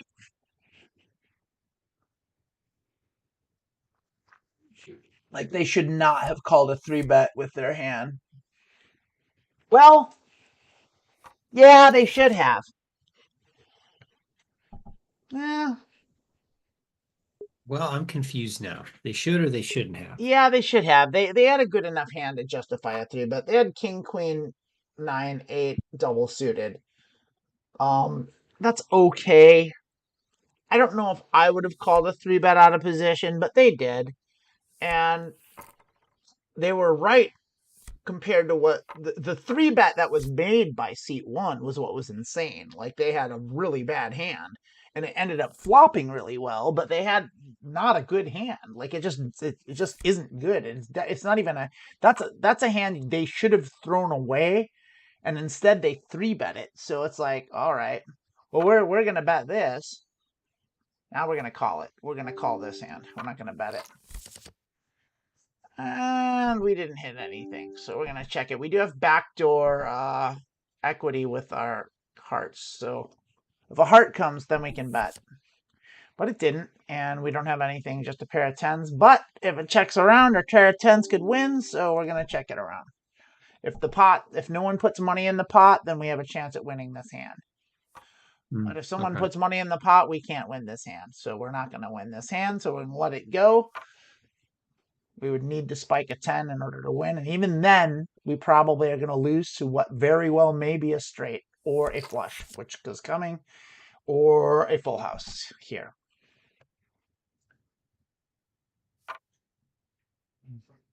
Yeah.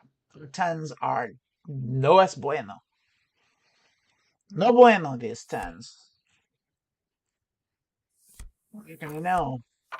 And that's okay. They had it.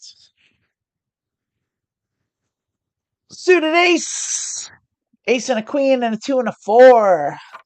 Once again, that's a good high-low hand. Not a great Omaha hand. It is a good Omaha hand. And it justifies almost a raise. Like, I would raise if I thought we could ISO, but like everyone's just going to call a 3-bet here. So I'm just going to call it. That's What going do you to mean go by multi-weight. ISO? Isolate. Oh, So isolate. when I you see. have a hand like this, when you have a double suited hand that hits its aces, then you want to try and one of the reasons the 3-bet is to get the other players at the table to fold, so you're just going against one person, because you have a way better chance of winning hands if you're going against one person than 4 other people. Like, your chances of winning go down so much. So they're betting 3, so they could have an ace or they could have an 8. I think they don't have an 8. I'm just going to call them because I have a marginal hand with my ace and I don't have a lot of equity.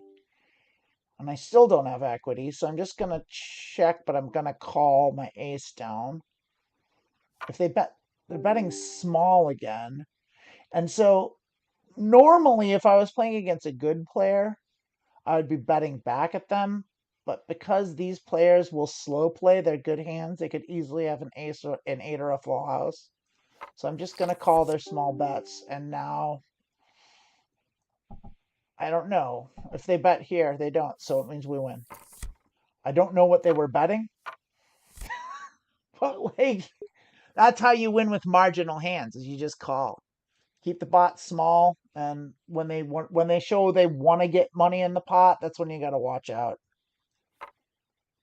Oh, I didn't want to do that. I want to do this. 8, 10, 2, king. Yeah, on the button. That's good enough. It's not great. That 2 sucks, but we're on the button.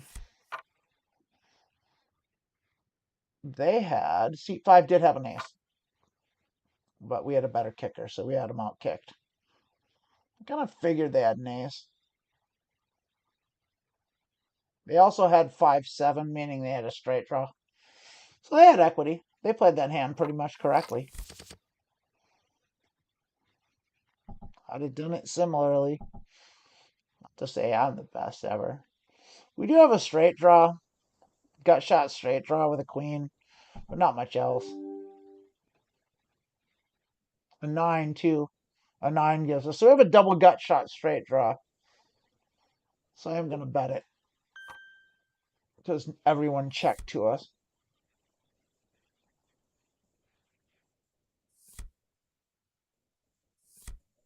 Right. Super. This session's going nicely, wouldn't you say, Raina? Yes. We had that rough first hand where we lost our whole buy-in. But we bounced Yes. back, and now well, that was part of you were showing me what not to do. no, that's not true. I don't regret playing that hand the way I do. I bought Well, that gave us information. valuable intelligence. Gave us very valuable intelligence, and look at our stack. Yeah. So see. I mean, that's being results oriented a little bit. I'm double betting my my double suited. I'm betting my double suited hand with a pair. It's not a great hand. This isn't a great hand, but I'm in position, and these players are fish. So everyone's just calling, which means no one has a great hand. They're not 3-betting a lot. This guy did do that one weird 3-bet. Why would they 3-bet that hand and then not be 3-betting all the time? We hit quads. So that's nice. We cannot lose this hand no matter what happens. So we have the absolute nut of nuts. And we're in position, so we do have to bet it, which sucks. Like you wanna check. I actually might check it and hope. Oh, look at that. They bet big into us with our quads. We're gonna call them, and we're just gonna let them put all their money in for us.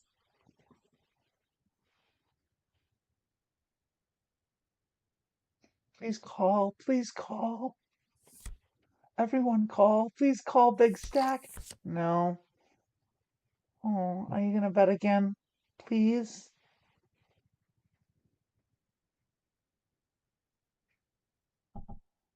They're gonna check. We're just gonna check it real fast. Hope they hit a 5 or oh, they checked again. They don't have anything. So at this point, they don't have anything. So if we blow on this pot, they're gonna fold. They're not gonna call no matter what. So we might as well bet the pot and hope they call like an idiot. But like we can't lose, and betting small is just gonna get them to go away. So we're gonna bet large and hope they're like, yeah. Doesn't matter. If we'd have bet one big blind, they would have folded. So it looks good, but we're out of position. We're in the low jack, and it's 3 clubs. We block our own clubs. If that 8 wasn't a club, I maybe would have played this hand. But like even that, it's on the edge in this position. But we have a. I mean, we're deep. We're deep stacked, so we can play a lot more hands. Look at that flop. We would have had a real solid straight draw here that I would have liked to have played, but I not out of position though. That's the thing, is you can't do much out of position multi-way like this. So it's like I couldn't really do anything, especially with those diamonds there. So it's like the best I could. I mean, I could check raise, but it's sketchy, you know? Sketchy. But I do have backdoor equity with the clubs, but then the diamonds come. So equity again, can you clarify that for me? So equity is like your chance to win. Like your percentage to win, essentially. And so okay. you ever watched poker on television? Not really. I mean, unless we're talking about like, Kenny Rogers and the Gambler or something like Well, fictional no, like that's that. not real. So, and it's Exactly, also not a exactly. thing you can watch because it's a song. You can't watch songs. So, No, they made a TV movie. oh, did they? Yes, in the 80s, they made it. They made 2. The Gambler, I think, and the Okay, Return of the Gambler. We were gonna talk about equity, but now we're gonna talk about this movie, this made for TV movie based on the Kenny Rogers song that you know about, Raina. Tell me all about Kenny Rogers, the Gambler, the show. Well, I mean, I was just a kid then, but I mean, I remember I enjoyed it. I remember I watched it It with was my a show or a parents. movie? It was a movie? It was a movie. It was a movie, Okay. yeah. I mean, Like TV maybe the movie of the song week. was based on the movie. Was it like the No, soundtrack? the song was based, the movie was based on the song. Yeah. The movie was based. Let me ask you this. Did the gambler die in his sleep in the movie? He doesn't die because he comes back for the sequel. Well, no, I meant not Kenny Rogers, but the old man. The old man that drinks his whiskey and dies in his sleep. If you let me drink your whiskey, I'll die in my sleep. Yeah, I think that I don't recall that part in the movie.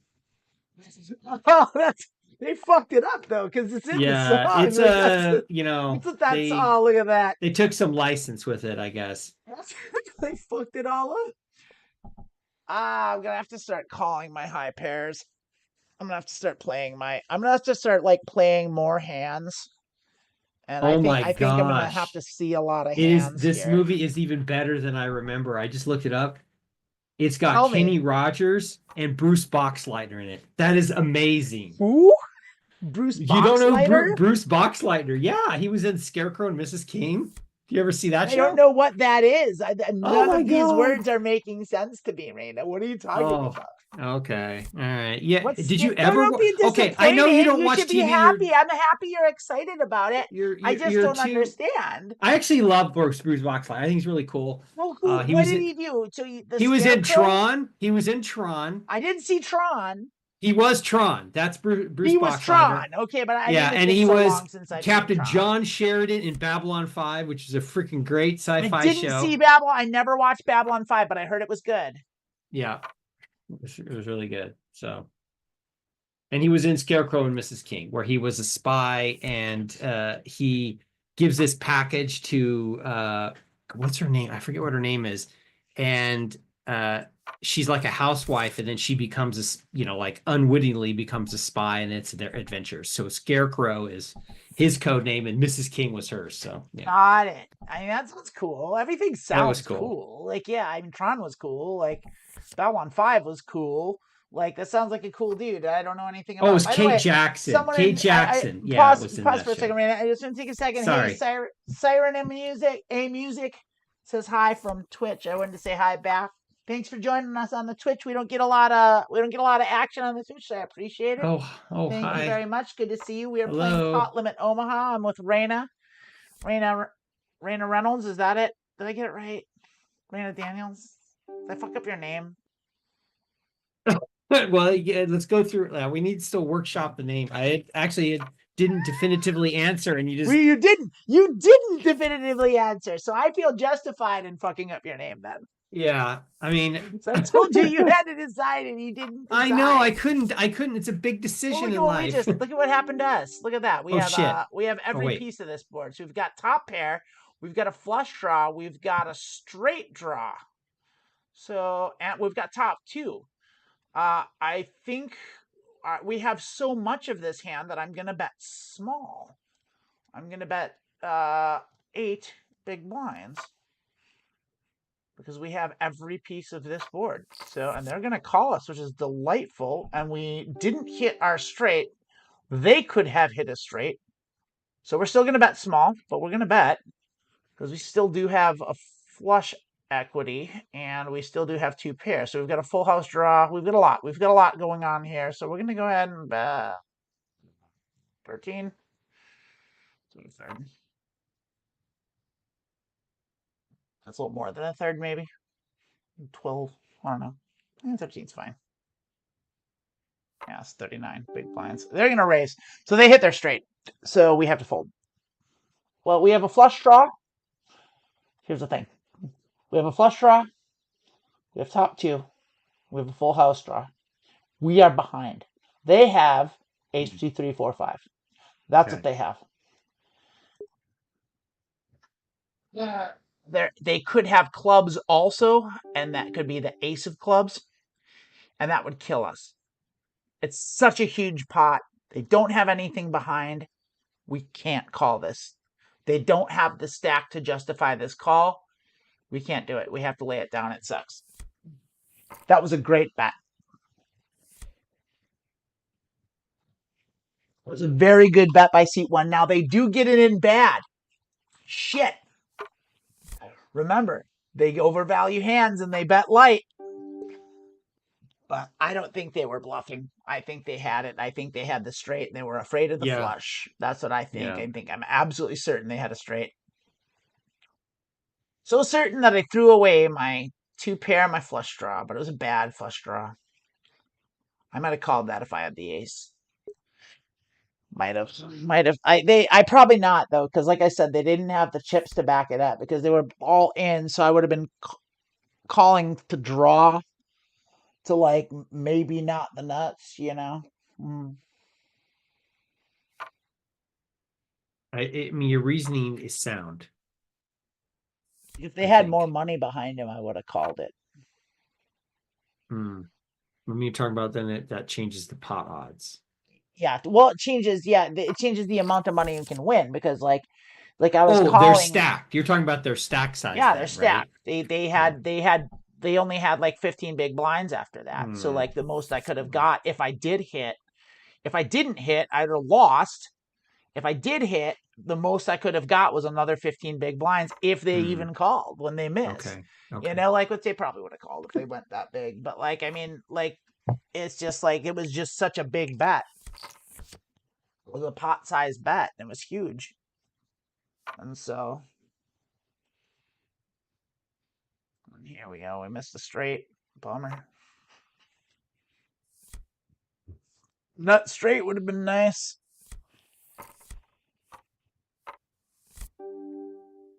And I think we can see more hands now. We can come in from early position and kind of see how it goes. Okay, I'm curious because we see now we're getting 3-bet. Can't justify that. You don't have a hand that can call a 3-bet. Sucks. No one's 3-bet in like 40 minutes. Now this dick shit 3-bet us. Fuck you and your aces.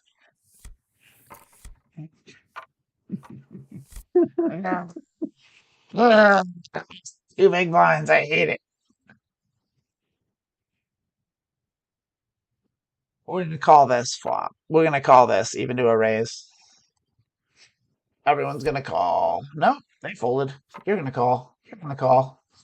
And you're certainly gonna call. And so are we. So this is the kind of hand that if it hits, it's gonna hit great. And we're putting 2.4 big blinds to get about 17 big blinds. So we're getting great pot odds. So this is the kind of hand where like we're gonna call if our flop doesn't hit, we get right out. But if our flop does hit, and it did kind of actually it hit very well. It just we don't have clubs, which sucks. But we do have.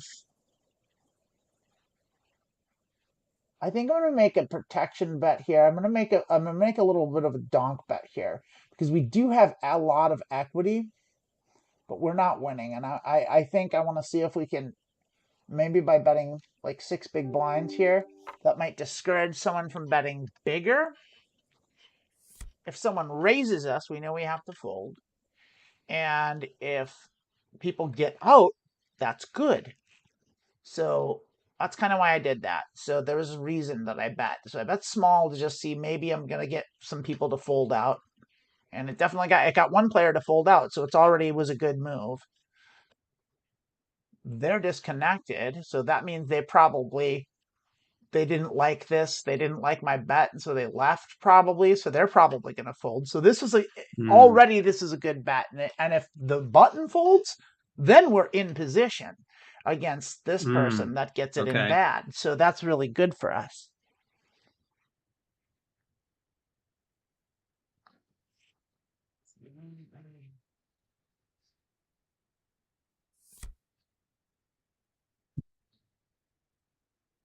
A pair of sixes doesn't look that good, but we have the straight draws all over the place.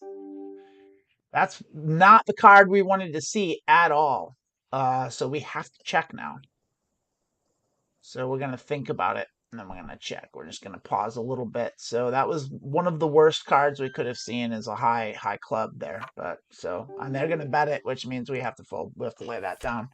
We're not going to draw to a straight when there's a flush on the board. And that's a hand we do have to play. Yeah, so we're going to play it. We're going to call. A lot of sense. Yeah, we're going to call it. Man, it's like on the edge. And honestly, if I wasn't as deep stacked as I am, I would fold this in the small blind because of that 3. That dangling 3 no good. And a queen jack isn't that good of a straight. A queen high straight isn't that, or a queen high flush isn't that great. we'll call. We will limp with our queens. And we hit nothing at all. And I've got a wet board, so we're out of here. Okay. There's almost no Yeah. chance we're continuing here. Any bet and we fold. That's a fold.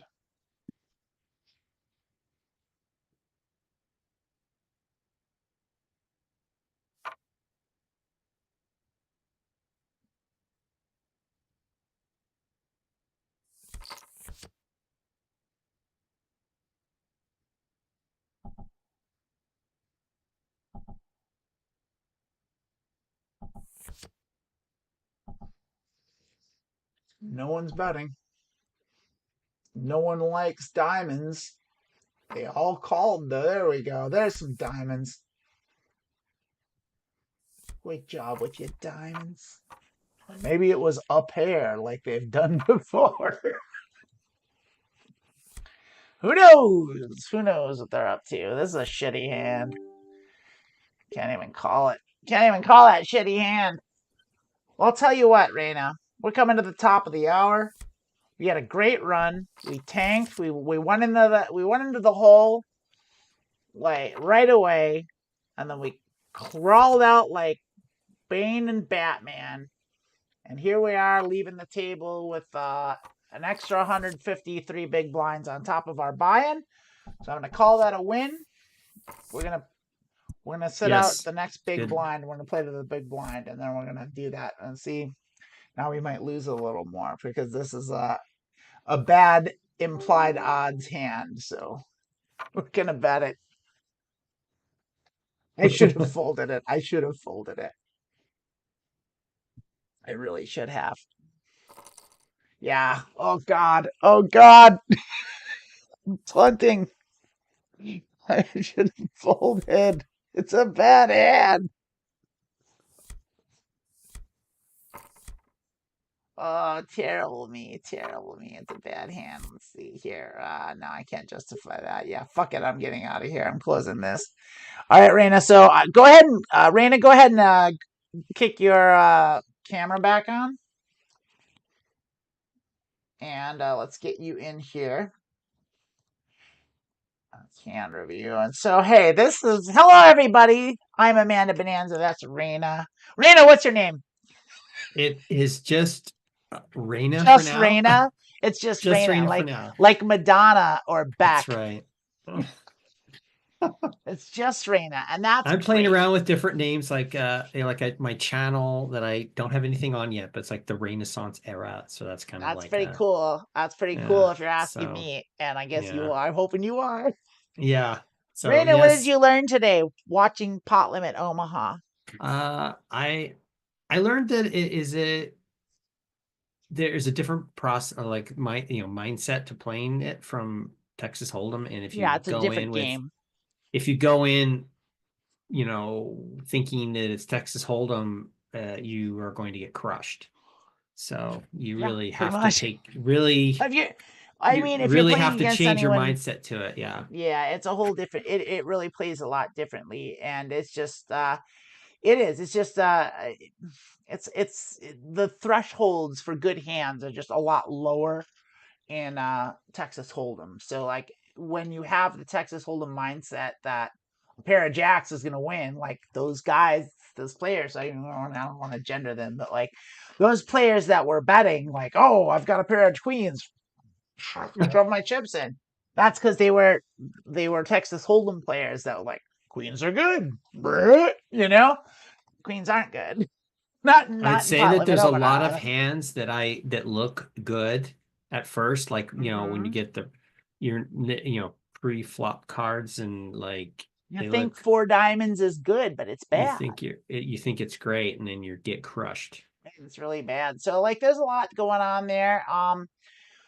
Anyway, thanks for everyone for coming by, watching some PLO. It's nice to see me win. I've been losing a lot lately, so it's nice to be back on the kind of upswing, getting back, building my bankroll back up. Well, maybe that's a good thing. It's not just a coincidence that this is the first time I'm on a stream. Maybe I'm your good luck charm. It's all you, yeah. I don't actually believe in luck as a force. Like, here's the thing about that is I'm a skeptic, and on top of that, like it's like luck is essentially another word. Luck is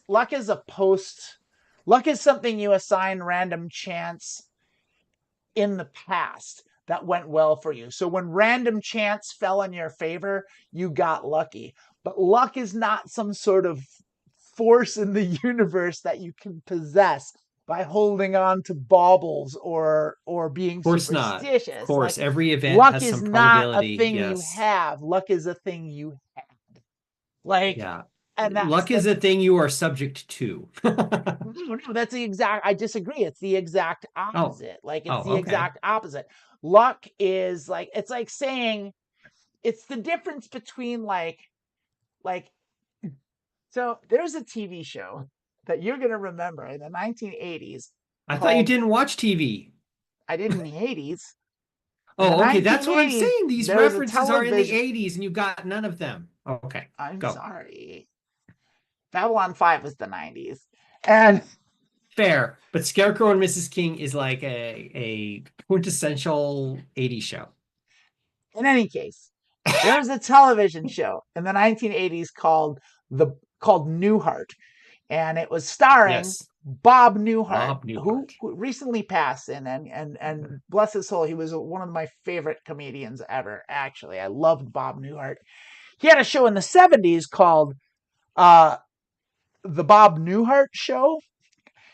His show where he played himself, he played Bob, the psychiatrist. But then in the 80s, he played Dick, the innkeeper in Vermont. He ran a Yes. bed and breakfast with his I wife. do remember that And then show. It was later good. on in the Yeah. 90s, he had a very short lived, unpopular show called Bob, where he played he drew comic books. He was a comic artist, and it actually was really funny. I loved it, but like no one watched it and got canceled after like 6 episodes. And it's a really you might be able to find. I wonder if I could find it on YouTube.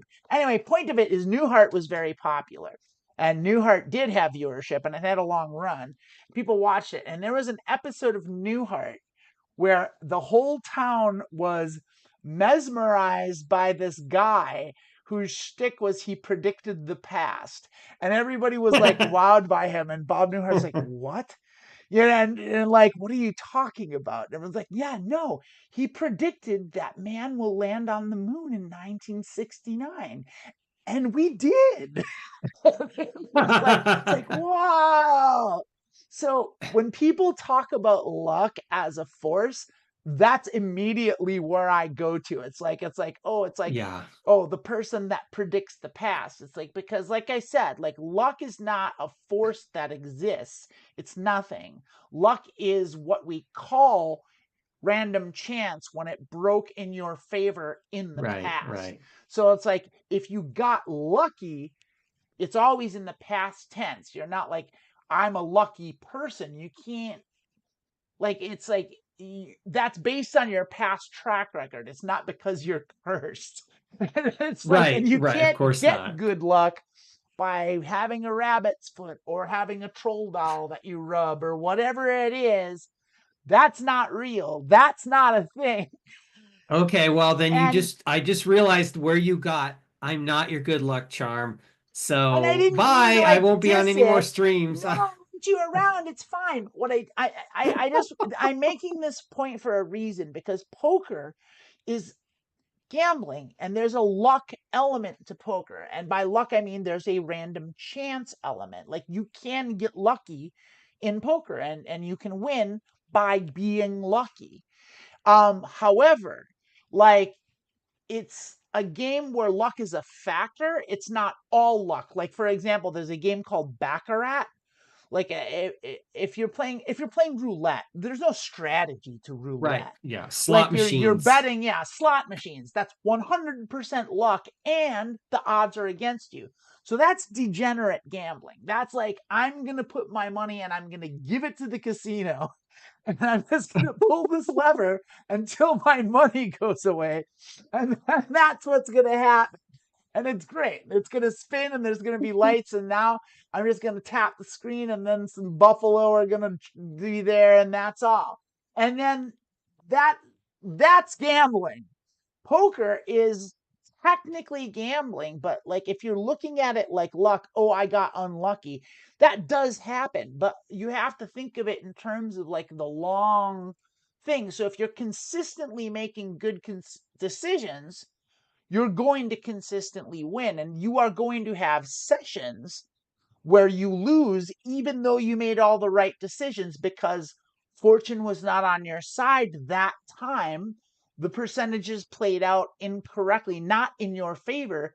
But that's the thing. So it's like in Texas Hold'em, like if you have a pair of aces, you asked about equity. I'm going to allude to that as well. So like if you have aces, if you're dealt pocket aces in Texas Hold'em, out of the gates, you have about a 69% chance to win the hand. You're just seven out of 10 times, you're going to win the hand. Now, what that means is 3 out of 10 times, you're going to lose. Right. And that plays out in the long run. Like, you still want to get your money in because your chances are it's 7 out of 10 in your favor. Those are good odds. You should always shove it. That's the best it's going to ever get pre-flop is pair of aces. That's the best chance you have to win, but they get cracked and they do lose. And so when people play poker and they have aces and they play them wrong and they get beat, and then they get mad because luck happened to them. It's like, well, you can get mad that you played your aces wrong and you punted all your money when someone obviously had a flush or had 2 pair or whatever it is. Like, it's like, or you could be like, yeah, aces lose sometimes. You saw me fold aces today. I folded aces because I had them. And aces aren't quite as strong in Omaha, just naked aces. Like, you need to have them backed up with Okay. like suits and pairs and stuff. Or suits and straight draws. But like, point is like, you can call it luck if you want, and luck is there, but like luck is the thing that superstitious people call chance. Like, it's just Right. and superstition. If you're gonna be superstitious when you play poker, that means you're not a poker player. You're a gambler, and that makes you the kind of person I want to play against because I'm not interested in in in gambling. I'm interested in winning strategically. Like, I'm interested in winning the money, and you do that by playing strategically and playing the right hands at the right time and making the right judgment calls and having good strategy and paying attention and studying. That's how you win. And yeah, you can win sometimes with luck, and you can have a good night at the tables for sure. But that's gambling, and that's when it's gambling. When it's what I'm doing, it's investing. And that's That's like a right. Yeah. thing that like a lot of people don't understand, especially people that just I think all definitely did gambling is not bad. understand. Yeah, because it's not. You're not playing against the house. Like, you're not gambling. Like in blackjack, I think is the table game, the one table game in the casino where if you know how to count cards, you can actually have an edge. Like, but even if you're not counting cards and you're playing the perfect game of blackjack and everybody else is playing the perfect game of blackjack, then it is 48-52 against you. So you have Hmm. it's the house wins. They have a 4% edge. And that 4% edge is enough for them to make millions of dollars. Yeah, they're playing the long game. They're You know, that's playing the long game. They're gonna lose sometimes, and they know that. But the house always wins, and that's the thing. And that's if you play perfectly. Now, if you count cards, which isn't illegal, it's just they don't like it, but it's just paying attention, really. It's just like, and so like if you count cards, you actually can have an edge. And I don't know if you know about this. This is a big tangent here. I'm full of these. But in, I think, the 90s, maybe it was the 90s or the 80s, there was a professor, a statistics professor at MIT that convinced his whole class to like go count cards with him at casinos. This sounds familiar. And they made a vaguely. movie about it, and there was definitely a documentary, and there was definitely a movie, and like he got his whole class and he taught that's what he did in a semester, and he taught his whole class how to count cards correctly, and he trained them, and they did a whole thing where like you had to keep the count, and they would distract him, and they would flip the cards and keep the count, keep the count, keep the count, and they would be like making noise and like splashing him with water and distracting them, and it's like and they had the count, and if they had the count, and the thing is they did that, and they went to casinos and they made millions of dollars. They made millions wow. and millions and millions of dollars, and they So- got banned from every casino in the United States. Like, so it works. It works. And that's not gambling. That's investing. Like, that's the difference. That's the thing. It's like, yeah, you will lose sometimes, but if you're doing it smartly, if you're doing it well, you're going to win more than you lose. And that's the difference that's why there can be professional poker players, because if they didn't have an edge, then they couldn't do it, because there's no professional slots players. There's no yes, that's true. Yeah, Good point. I've never heard of that. There's no professional blackjack players. Like it's just not a thing. Like, it's just because you can't win. Well, I guess those guys were professionals. Anyway, I also wanted to bring back and answer your questions about equity. So equity, if you ever watch poker on television, like the World Series of Poker, whatever's on ESPN 7 or whatever, like and they'll show the guys playing poker, and they'll always show their hands because they have a little camera where their hole cards go, and so they always show their hands up at what everyone has up on the TV. And if you'll look, they have a percentage underneath their hands on every street, and it changes when the cards come. That percentage that they show is their chance to win, which is called equity. That's what equity is. So equity, Okay. there's a real easy way, a real quick cheat for calculating equity. And so this relates to pot odds. And so this might be a lot heavy for you a little bit, Raina, but follow me with this. So like basically it's a cheat. It's not 100% accurate, but it's close enough. So because there's 52 cards in a deck, you can round that to 50, and you can multiply it times 2. So like essentially what you do is, like, if you've got, let's talk about Texas Hold'em, so to make it simple. So let's say you've got 10 jack of hearts in your hand, right? And there's 2 hearts on the board, and you've got 4 cards to a straight. So at that point, so you can make 2 straights 2 ways, right? So that's 8 cards that can bring you a straight. So that's 8 outs. Those are called outs. And then any heart. So that's another, since there's 13 hearts in the deck, then there's also, there's 2 on the board and 4 in your hands. That leaves 9 hearts left. So 8 plus 9 is what, 17? So that's 17 outs you have. And so 17 times 2 is what, 34. 34? Yes. Yeah, that's right. 34. And then because there's 2 cards coming, you multiply that time. You then multiply it, so it's times 4 on the turn, because it's, so 34 times 2 is, or 17 times 4, or 34 times 2 is 68.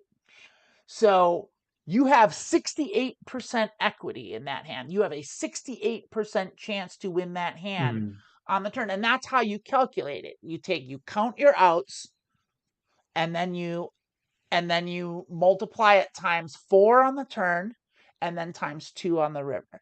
That's what your outs are. So like if you have that Jack 10, you have 68% equity, right? And it didn't come. Something else comes that didn't negatively affect your hand, but like just as a brick comes and you didn't hit.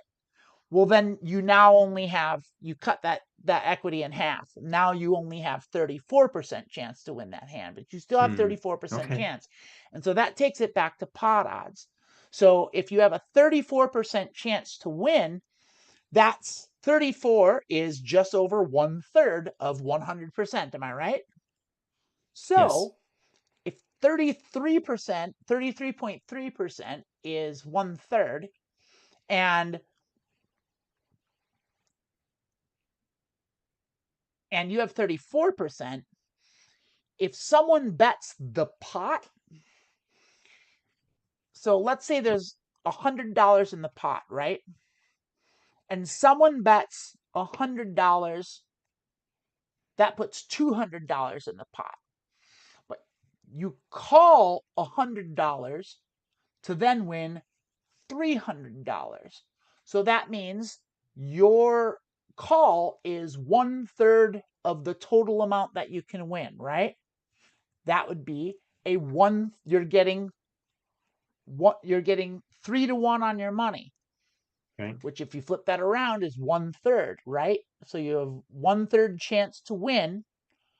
So 3-to-1, 1/3, 33.3, 34% is higher than 33.3%. So you make that bet every time. You make that call every time because because it's just the numbers are slightly better. They're in your favor. That's what pot odds are. And I know that's really confusing. That's hard to follow, but like that's essentially how it works. Like you count your outs, you multiply them by 4 on the turn, by 2 on the river. That's how it works. And that is your equity. And if your equity is high, you bet. And if your equity is low, you fold. And that's poker. And if you just did that, you would be a winning poker player. When you add all the other elements like reading people, watching their tendencies, seeing what they do, knowing the strategies, that just increases your chances of winning. Now, I'm not a pro. Like I'm decent. I'm good. I think I'm a good player, but I'm not a professional. I'm not a winning player. I'm a break-even player. And so I would like to be pro someday, but I've got more studying to do. And Raina and I do a study session every, is it Wednesday? Thursday. Every We've been Thursday. doing it on Thursday. We do it every Thursday at 7 p.m. Pacific time. So if any of you would like to join that study session with Raina and myself, we'd love to have you. And let's just all learn and study poker and get better at it and make a bunch of money. Because there's no cap on how much money you can make at poker. And like I'll tell you this, like I don't suspect I'm gonna get rich off of it. Boy, would I like to do that instead of working at a job that I hate with a shitty boss. Like I can't, not having anyone to answer to. All you have to do is play poker, something I love spending my time doing. That would be great. That's the dream. So Bleeding Heart Kami had Bleeding Heart a Kami's here. What up, dude? question. Initially I had a question. Bankroll and buy-ins. I stay 5% to beat the odds. Thoughts? Oh, well, okay. So staking, I stay at 5% to beat the odds. So I think that's about right. It depends. So the funny thing about that is it all depends on your win rate. So if you have a win rate and like if you're making a certain amount of big blinds per 100, like that affects how much you need your stake to be. So there's a great resource for this that has this broken down, and it's called the Bankroll Bible, and it's on pokercoaching.com. It's Jonathan Little's site. And if you go to pokercoaching.com, you can sign up for a free account and you can go to the tools section. I can show you all this. Let's just show you all this, right? Let's show you this. So let's go it. Let me punch that up here. That would be this. So that's just Twitch. We're going to not do that. So we're going to go over here. We're going to go to pokercoaching.com. I happen to have it right here in my thing. There it is. That's Peak GTO. That's the wrong one. So we're just going to go to pokercoaching.com. Or do I have it here? Yeah, there it is. Pokercoaching.com.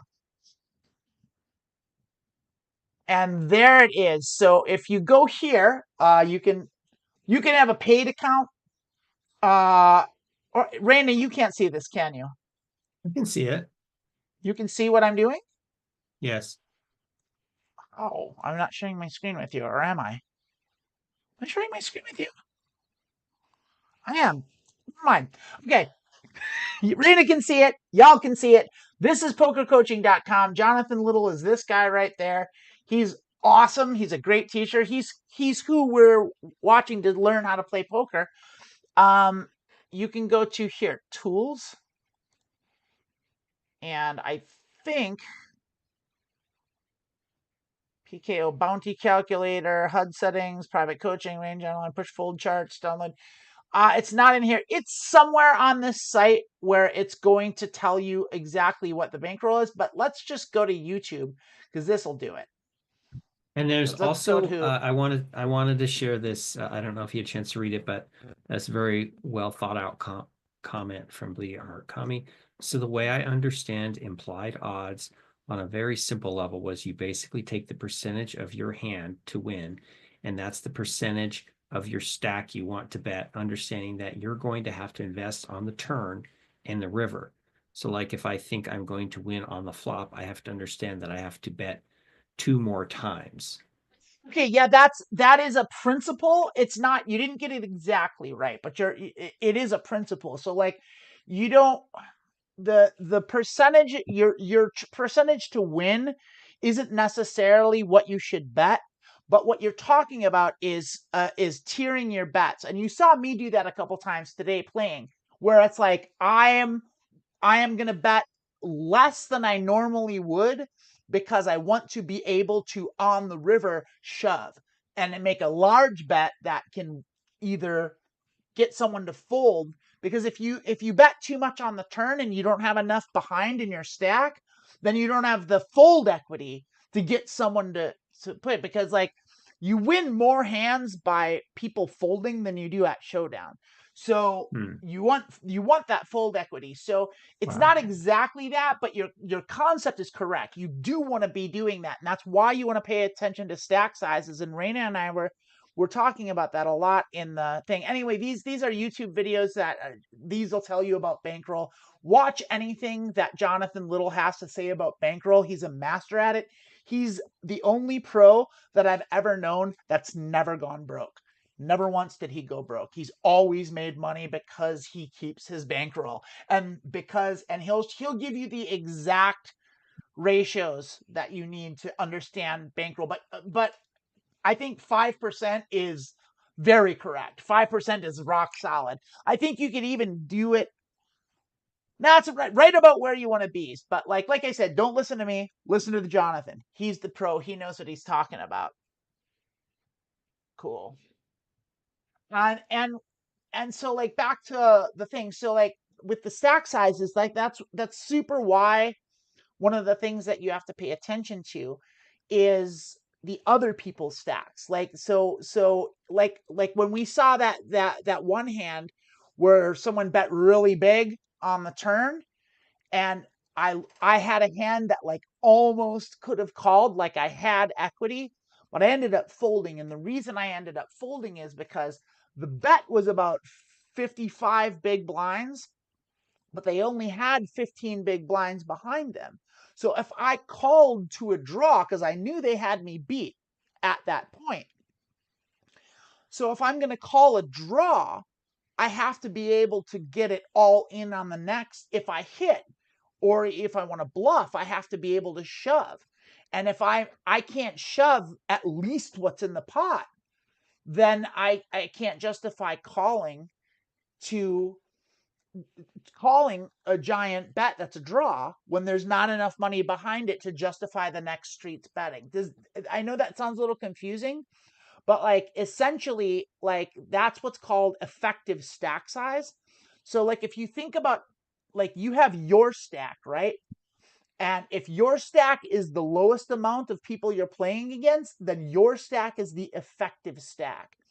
But if you're playing against someone else that has less chips than you, and you basically have to play for the next highest stack is the effective stack size, because if you look at it, the most amount of money you could lose is the effective stack size. And so that's how you have to look at it, and that's how you have to like kind of calculate how you bet.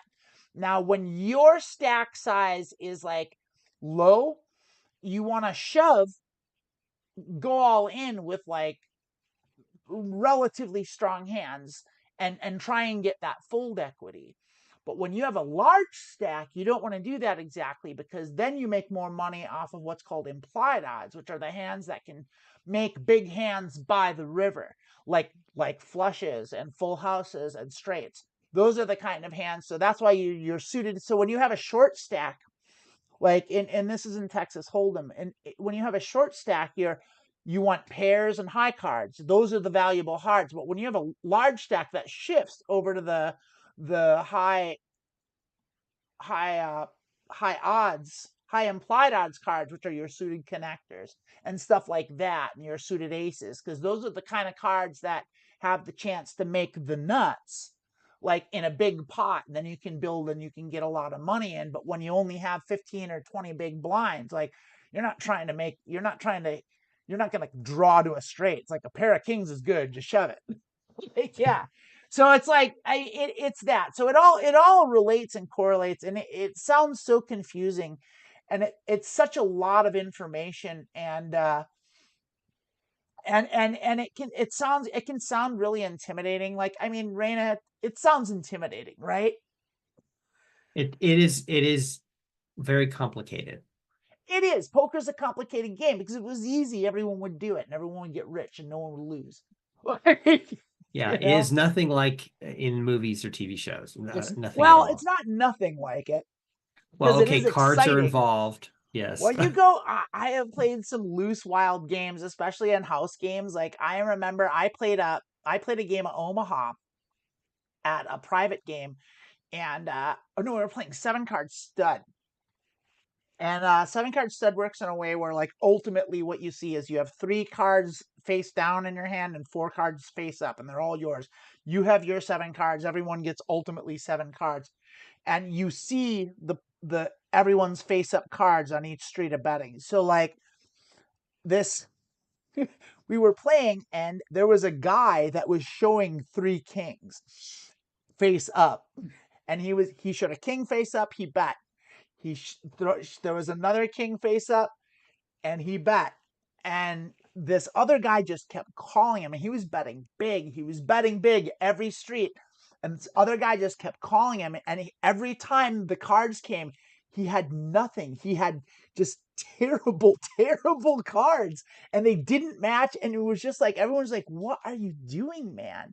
And like the last street came, and the last card comes face down, and the guy with the 3 kings up shoved all his money in, was like, "Yeah, I got kings full of aces, a full house," which he obviously had a full house. And the guy called him, and he caught his royal flush on the river. He had 3 to a royal flush, and he chased it all the way to the river, and he got it on the river, and he hit his royal flush. And so his royal flush beat his kings full of aces full house, and the guy just flipped over the table. He was so mad. And that was the end of that night, because it was late. It was like 4 in the morning at that point. But like, oh, it's good times, good times. I haven't seen many royal flushes in my life. I've gotten 3 of them. Once was in a casino, and it sucked so bad because it was in a tournament. And if you're playing a cash game and you hit a royal flush in the casino, you get the high hand jackpot, which is sometimes like $28,000. And it's just like shit.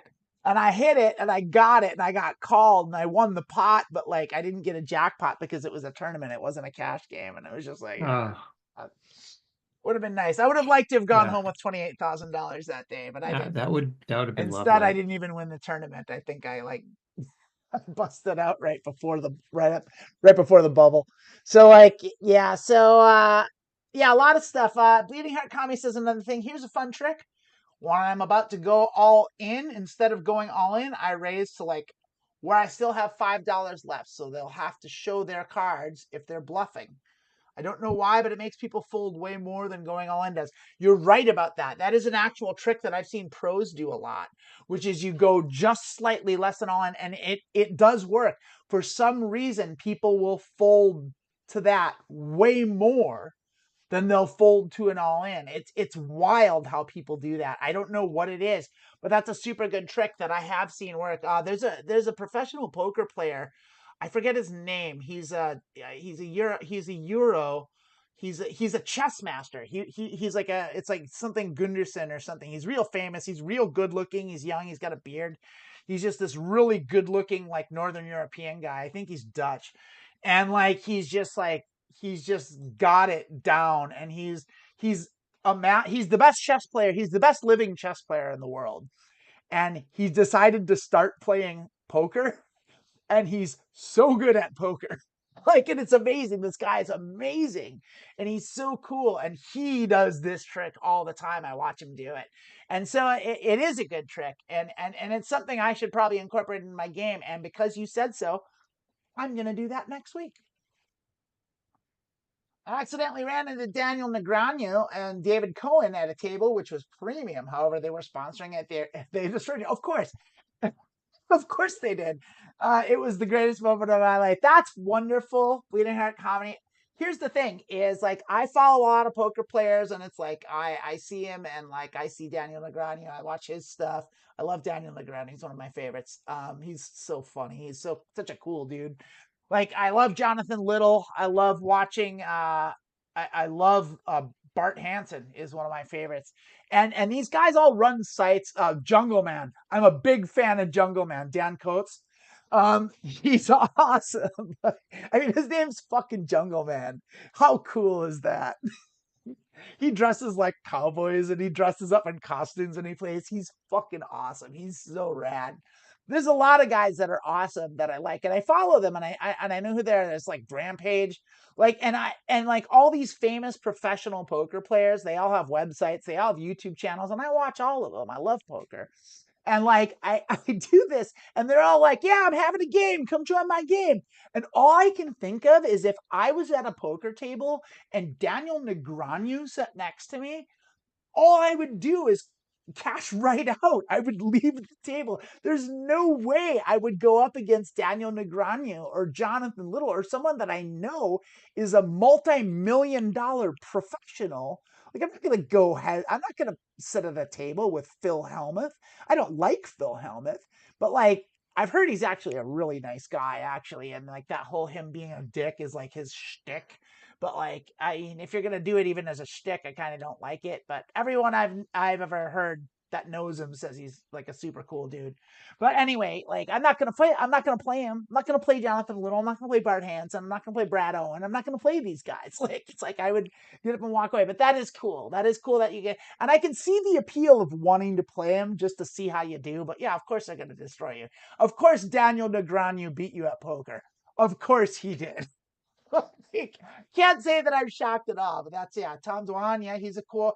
Tom Dwan's the guy that's like he's like I think he's Cambodian, right? And he always has like lots of flair, and he has like the big giant glasses, and he's like okay, I see one time I see one time, and he seems like he's really betting a lot, he's really loose, but actually he plays super tight, and that's his image. Like I think that's who you're talking about, right? Yeah. Uh-huh. Yeah, a lot of cool stuff. Fake money, so it was awesome. Yeah, great. Yeah. Yep. Called out your hands. Fair player do things. You should check out my Facebook page, and it was him. That's hilarious. That's awesome. That's great. He called out almost every hand you had to a T. Yep, yep. Well, I mean, I don't know if you've ever. I showed Raina this the other week, but if you don't, do you know if you know who Bart Hansen is?